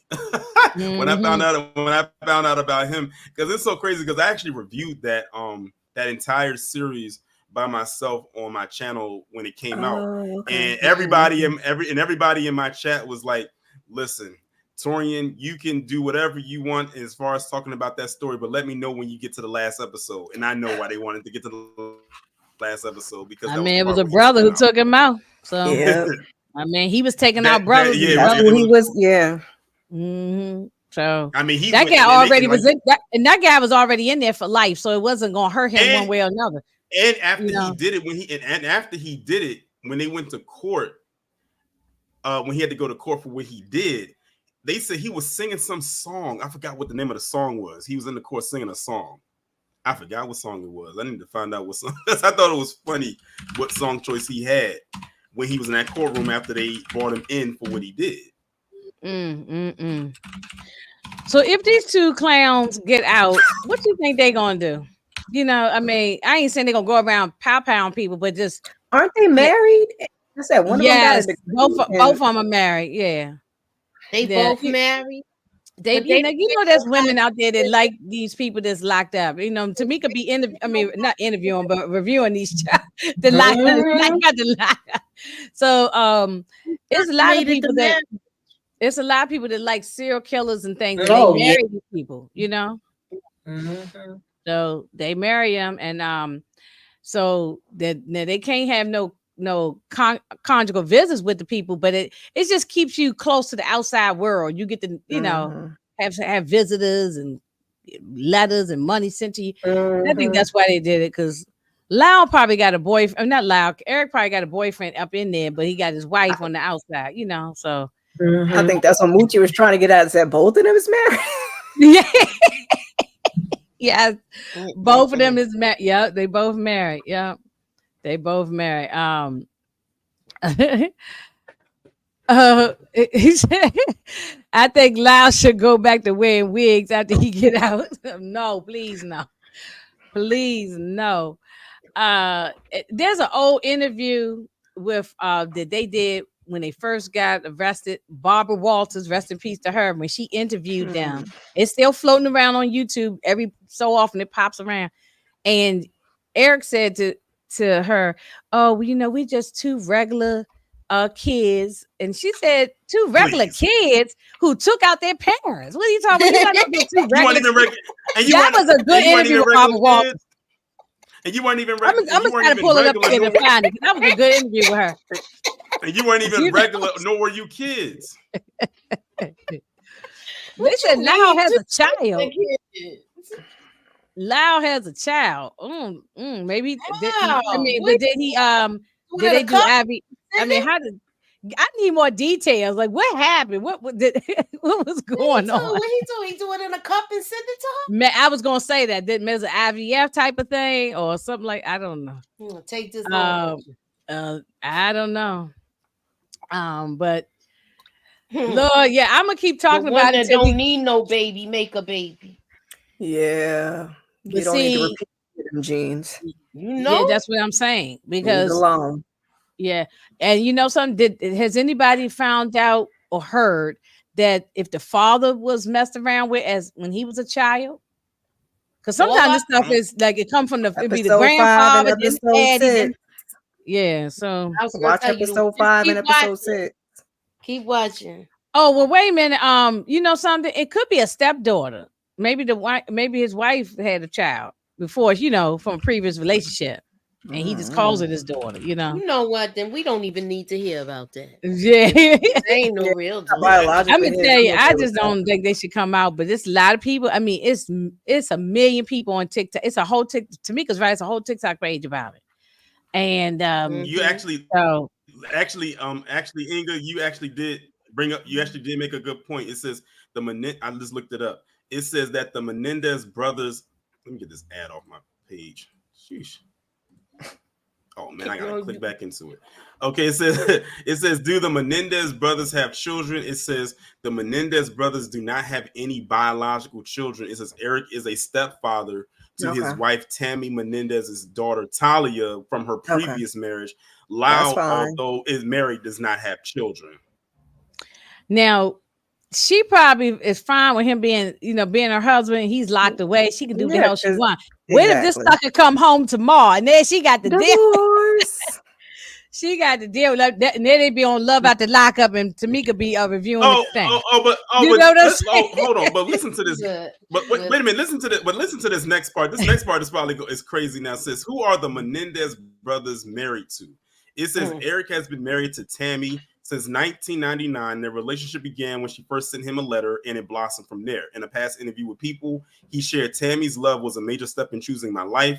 He added, "Having someone who loves you unconditionally, who you can be completely open with, is good for anybody to know that this person loves me for who I am." It says Lyle, however, has been married twice.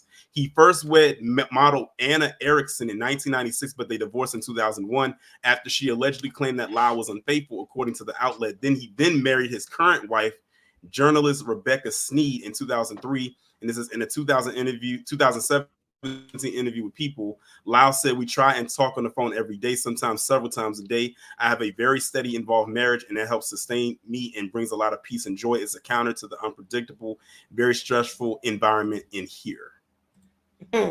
So that's their backstory on their marriage or marriages.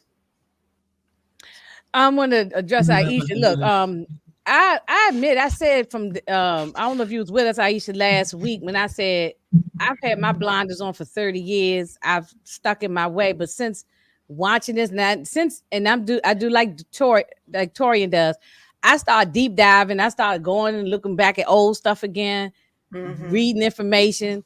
So I'm opening up to the fact that something did happen. I'm almost, especially with the Menudo thing. I saw the interview with that young man. I mean, young man now, but he was a kid at the time. And I think the father was doing some stuff. And then you got the cousins, and they was confirming things was happening. I do think something happened. But I still don't want them out on the street. And if it was in my family, I'm not clear on would you have the same opinion if the same thing happened to your family member? For example, your dad was the issue. If my dad was in the Menendez brothers' shoes, or maybe you meant like if my dad was in the shoes. I'm not really sure if maybe I'm not absorbing. Do y'all understand the question? I guess it wouldn't be your dad, but I get what she's saying. I understand it, but it's if my dad was the Menendez dad, how would I feel about it or something like that? I mean, I couldn't support my dad. No, I mean, one of the if brothers. your dad was in the Menendez brothers' shoes, right? If that happened to your father, he was abused. If he was abused, yeah, I mean, it's it's hard to give answers like how I would feel, because as far as I know, my father never told me something like that happened to him, so I don't know, But I would definitely have some sympathy, of course, Yeah, that's a good one, Aisha, to ask me, because I'm not and I'm definitely not trying to sound ignorant or anything. Like I said for 30 plus years, because I remember this case when it first happened, the whole story when it first happened. I always say, "Oh, these some spoiled rich brats. They just made up this story." And then, as of late, I've been saying, maybe something did happen, So I think the answer that she's I want to believe that something happened. I do want to believe, but I think the answer she's looking for, is if something like that happened to you, wouldn't you feel sympathy and want them to come home at some point and not want them to get life? And I feel like that's going to be different for each person. You really can't answer that. I'm just, for me anyway, because we all have different opinions and different outlooks and different experiences. I have a cousin that took his mother's life. I don't know why he did it. Okay, he got the same crazy look in his eyes as everybody else that be looking crazy on the damn news. Okay, and I don't want him out. And that's my cousin. I love him, but no. So. I can love you from afar. Yeah, I think she's wanting you to add the abuse in there too. But like you said, it's like, and I wouldn't wish that on nobody. Definitely. If you're truly mentally ill, like I believe Lyle is a sociopath. So what happens once you get out? Right. Yes. See, and there in jail, it's a controlled situation. So exactly. But when you get out, you're in the world. Nobody's following up with you. Right. It's up to you to go to get therapy and help. Are you going to stop taking medication? Are you going to stop seeing a therapist? It's a lot of factors that go into that. Mm-hmm. So the easy answer what do they do about money? People want to say yes, but depending on the situation, it might be no, or you might say yes, and then they get home and something similar happened, and they go back, and you're like, dang. And when they get home, they're not gonna be going out and get no job. They're gonna go write a book and make a lot of money and go around on Today's Show, Good Morning America, and all these CNN and all these shows. Well, first off, if I was a host over there on Good Morning America or Today's Show, we ain't having that interview in the studio. We gonna be doing it through Zoom. I would not sit in the same room with you. Yeah, because 9 times out of 10, they're not gonna be able to. Even if they wanted to, they're not probably gonna be able to come out and just get a 9-to-5 job anyway. They have to do stuff that, interviews, book writing. As long, they probably think they're gonna make millions of dollars. They're gonna be millionaires as soon as they come home. If they get out tomorrow, they're gonna be instant millionaires because everybody gonna want their story. They're gonna get a book deal. They're gonna be sitting on somebody's podcast, something. They're gonna instantly be doing this 60 Minutes. Everybody gonna want to interview them. Yes, absolutely. So they're gonna get money. They're gonna instantly be millionaires when they get out. So I don't want them to come home. I want them to stay in there. But we shall see. All these people trying to come home. Scott Peterson still fighting to try to get out of here. Yeah, you want to get out. Scott, you ain't coming home. He ain't coming home. He don't need staying to. right there. Listen, I get it, but it's a little thing called a law. Like, you didn't want to be in jail, but you did what you did. So. If they can find any little thing that if everything wasn't ironclad and all the I's dotted and T's crossed, they're gonna find any little loophole they can get out. Any little loophole. So right now, I think they're taking this thing all the way to like the Supreme Court trying to get them out. So we'll see what happens. Definitely we'll have to see what happens with that one because they may find a loophole. Right. Well, I know I saw an interview with Kitty, which is the mama, her brother. He don't want them home. He said, look, he felt that these are just some spoiled brats and he don't want nothing to do with getting his nephew. So he don't want them home because they took out his sister. Right. But I think people on the other side, the father, I think they want them home. So I don't know. Yeah, we still see what's going on. That mama was a mess too. But I guess your family is your family, and somebody take out your sister, you're gonna feel some type of way about it. Right? Yeah. Yeah, even if my sister, I got 2 sisters, and even if they're a mess, I don't want nobody to take them out. Exactly. You know what I'm saying? So listen, child, she shouldn't have had no kids because I don't know how you allow, at least from what we're seeing from this and what we've seen from other things, how you allow all of this to happen for your kids and you have no type of sympathy. I get going through your own thing. We all go through our own stuff, but to not take yourself, to not take your kids, to be so worried about your lifestyle that you sacrifice your integrity, your everything, and your kids just for the strength of some money. Mama and daddy might have had some mental issues. I can't diagnose them, but they might have had some mental issues that was then passed down to their daggone kids, and the abuse and everything else mixed in, the alcohol, the pills. Yeah, the pill, all that, all of that. Yeah, I agree. I'm on the same page. I agree. Barbara says keep them near because they're too close to her. Yeah, that's right. Barbara lives 16 minutes away from the place, so she don't want them coming up. She don't want them coming up there to where she at. No, no, indeed. I agree. Well, y'all, I'm gonna keep coming back talking about it. If you can join me, I would love to have you.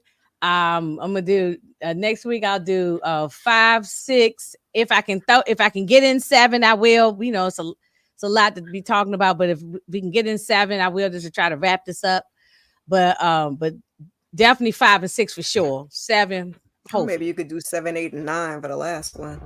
Yeah, I might. I thought about that. Do 5, 6 this week, and then the following one. I mean, the following one after. Do the 7, 8, 9. Then wrap it up there, because I don't want to drag it out too long. But I ain't want to talk about it all in one day. With all the episodes. Yeah, 5 is very, very heavy. Oh, okay. Well, then we won't. Heavy. Then I'll just do 5 or 6. I'll just do 5, 6 next week. Heavy. Same time, same place, same address. And we and then we'll finish it off the rest of the series on the week after that. So that's what we'll do. Yeah, these Sunday Menendez live. Yeah, come back, Johanna, please come back. We love to have you, everybody. Please come back. So, what y'all got going on the remainder of the week? Anything's exciting? It's gonna be a lot going on all this week. I can tell y'all that now. Oh yeah. So. Well, for me, well, in about an hour, I'll be watching episode 2 of The Penguin. Oh, that show was so good. Y'all haven't watched it yet? You haven't watched it? That's good. They knocked it out of the park with that first episode, so I'm gonna be watching that. Oh Lord, also, I'm always behind. Jump on. Okay, that's good. Right. Of course, this week is the last episode of Book 2, so I'll be watching that. We'll get in another episode of Fight Night, so be watching that as well. Also, tomorrow for me on my channel, the video I have is going to be about Beyonce. She got snubbed from the Country Music Awards for her Cowboy Carter album. She didn't get one nomination, so her fans are speaking out about it. And also, it recently came out that she got nominated for something called the People's Country Music Awards. I didn't even know they had that. She got 17 nominations and didn't win not one award. So a lot of people are saying something. It don't surprise me though. So I'm gonna be talking. That's what I'm gonna be talking about tomorrow. And also got some other lives. And then also shout out to Moochie. She was and Derry was also in my True Crime Sunday live on Rumble. Today's topic was Kendrick Johnson. He was the boy. He was the boy that was in the mat. Yeah, so I'll be having another True Crime Sunday in about 2 weeks, and I said that. I'm gonna keep it up too.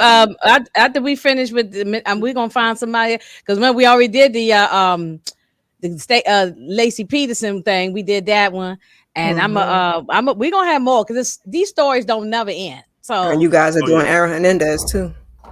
Yeah, but I mean, but we're gonna keep it going. Like we're gonna have more and more. It's so much true crime. I forget the name of it, but the one about the lady that gave her daughter up for adoption and then found out that the daughter was kidnapped. That one is very interesting. I might. Yeah, I can't think of the name right now. Yeah, I can't think. That's on Netflix, right? Yes, yes. I'm gonna. Yeah, we're gonna probably talk about that at some point too. So, Moochie, what you got going on for anytime this week? Tomorrow we're gonna do a round table, y'all, at 9. I just had to confirm it. We're gonna confirm it and everything. So I'm doing that. I also have to do my power. What's next? I got some a couple of predictions, and I got a circle back moment. If y'all watch my other videos with I'm gonna be answering some of y'all comments. You might be that person. All right. Okay. And Tamika, anything exciting? Well, I don't know how exciting it is. Well, it is kind of exciting if you watch From, because that's my show and they be doing the damn thing. But we're gonna be talking about that. Me and EJ, and I guess anybody else that wants to join that watches it. And then I think Tuesday we have our fight night roundtable. Zatima's coming up. We're gonna be doing a Zatima after show. When sisters come up, I'm gonna be doing that. And then now it's life after lockup. Child, these people crazy as hell. And Sound, I'm gonna be talking about that too when that come up. And of course, we gotta finish out our power. We gotta have our watch party and all that good stuff. So we got a busy week, and then it'll be self-care Saturday and what you should be watching. So yeah, y'all keep your notifications. Tamika, I definitely want to come back up for that one. Busy. Okay. Yeah, because I wasn't able to come up last. Oh yeah. Oh okay. Yeah. Sally. We all gonna be looking at that, and I'm gonna try to twist Moochie's I'm watching that right now. I'm on episode Vince McMahon. Yeah, I'll talk about it. You about to say Egg McMahon? That's the wrong guy. Vince McMahon. Yeah. I'll talk about it. I want to talk about it, but I feel like they focus more on Hulk Hogan, and I don't want to talk about him. Did you finish it? Deserve to be talked about. I haven't finished. I didn't finish it, but the episode that I was on, they mostly talked about Hulk Hogan, and I feel they talk about Hulk Hogan quite a bit. Yeah. Okay. I haven't finished it yet. I haven't finished it, so let me see. I'm on episode 5. We'll see. We'll talk about it. We'll see. And episode 5 going to be on the era of wrestling that I loved, that I grew up on, which was the Attitude Era. That was, in my opinion, the best era of wrestling right there. And also, one of the things that I wanted to throw in there that I have coming this week, and I feel like I'm the guinea pig with this because I feel like I'm the only one in all of the Discord servers that is probably going to watch this movie, but I will be going to see the Joker movie, and I'm gonna upload my review for it on. Okay, you know something. Oh, I was in the Discord. I was. Did you see? I was in the Discord when y'all was going back and forth about that. Oh yeah. I said I like the first Joker. That first Joker is about mental health. Yeah, and to me, it was a great conversation. I mean, great. I mean, not the Discord conversation. I'm talking about the movie. I'm saying. We really probably should have actually did a deep dive in that because on that Joker, because the first one was all about mental health. It was. That was crazy. The whole thing was crazy. I wouldn't have a problem going to see the second one. My son had mentioned that to me and said we should go to the movies and see that. And I say I might, but I hope it ain't super long though. That's the only thing. I hate these movies that be freaking 3 hours long. Oh well, in that case, you probably don't like. You couldn't get through Avatar. Oh Lord, I think I saw some of that on TV. Because I didn't go to the theater and see that. Why they gotta be so daggone long? It's good though. It's a long movie. It's a good movie though. But they was going at you real hard, like saying that I know.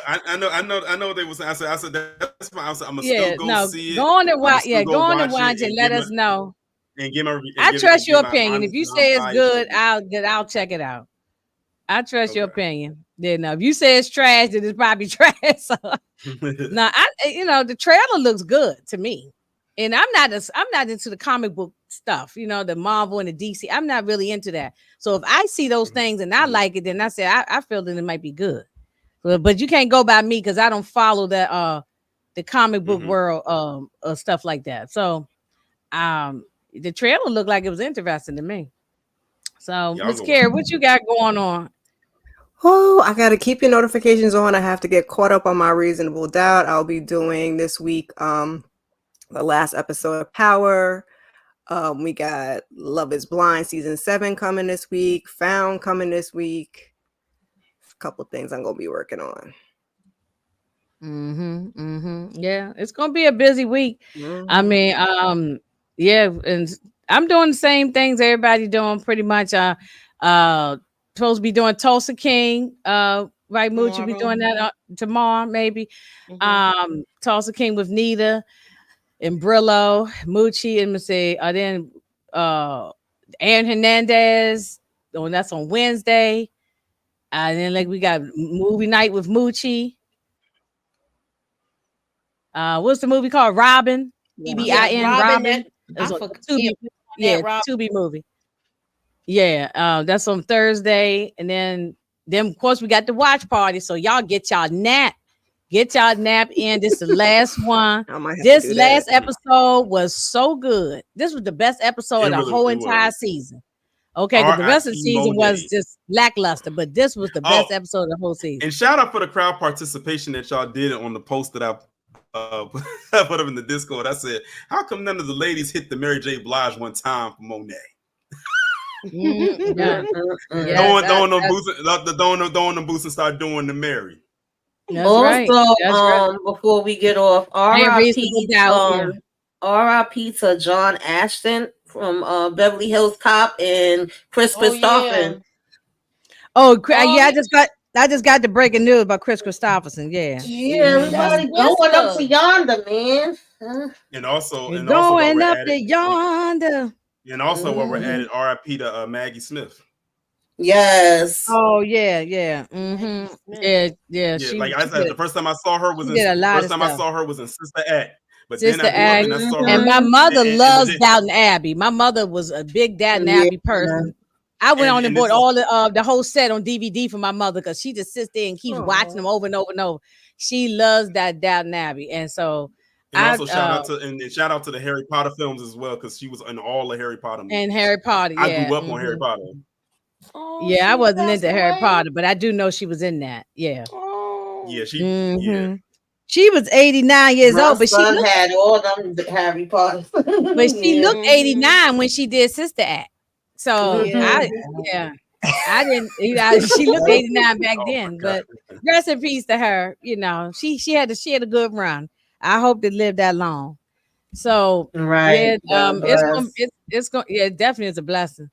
So it's gonna be a busy week. I mean, look, this is the most YouTube I've been doing for a long time. Usually I do one video a week, maybe two a week.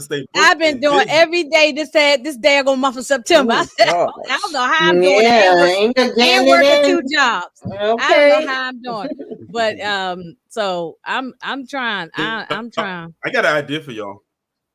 Mm-hmm. I got an idea for y'all since because y'all say y'all do like throwback like throwback. Well, you need to tell us this backstage because it be people that jump on. Yes. Don't say it. Don't say it now.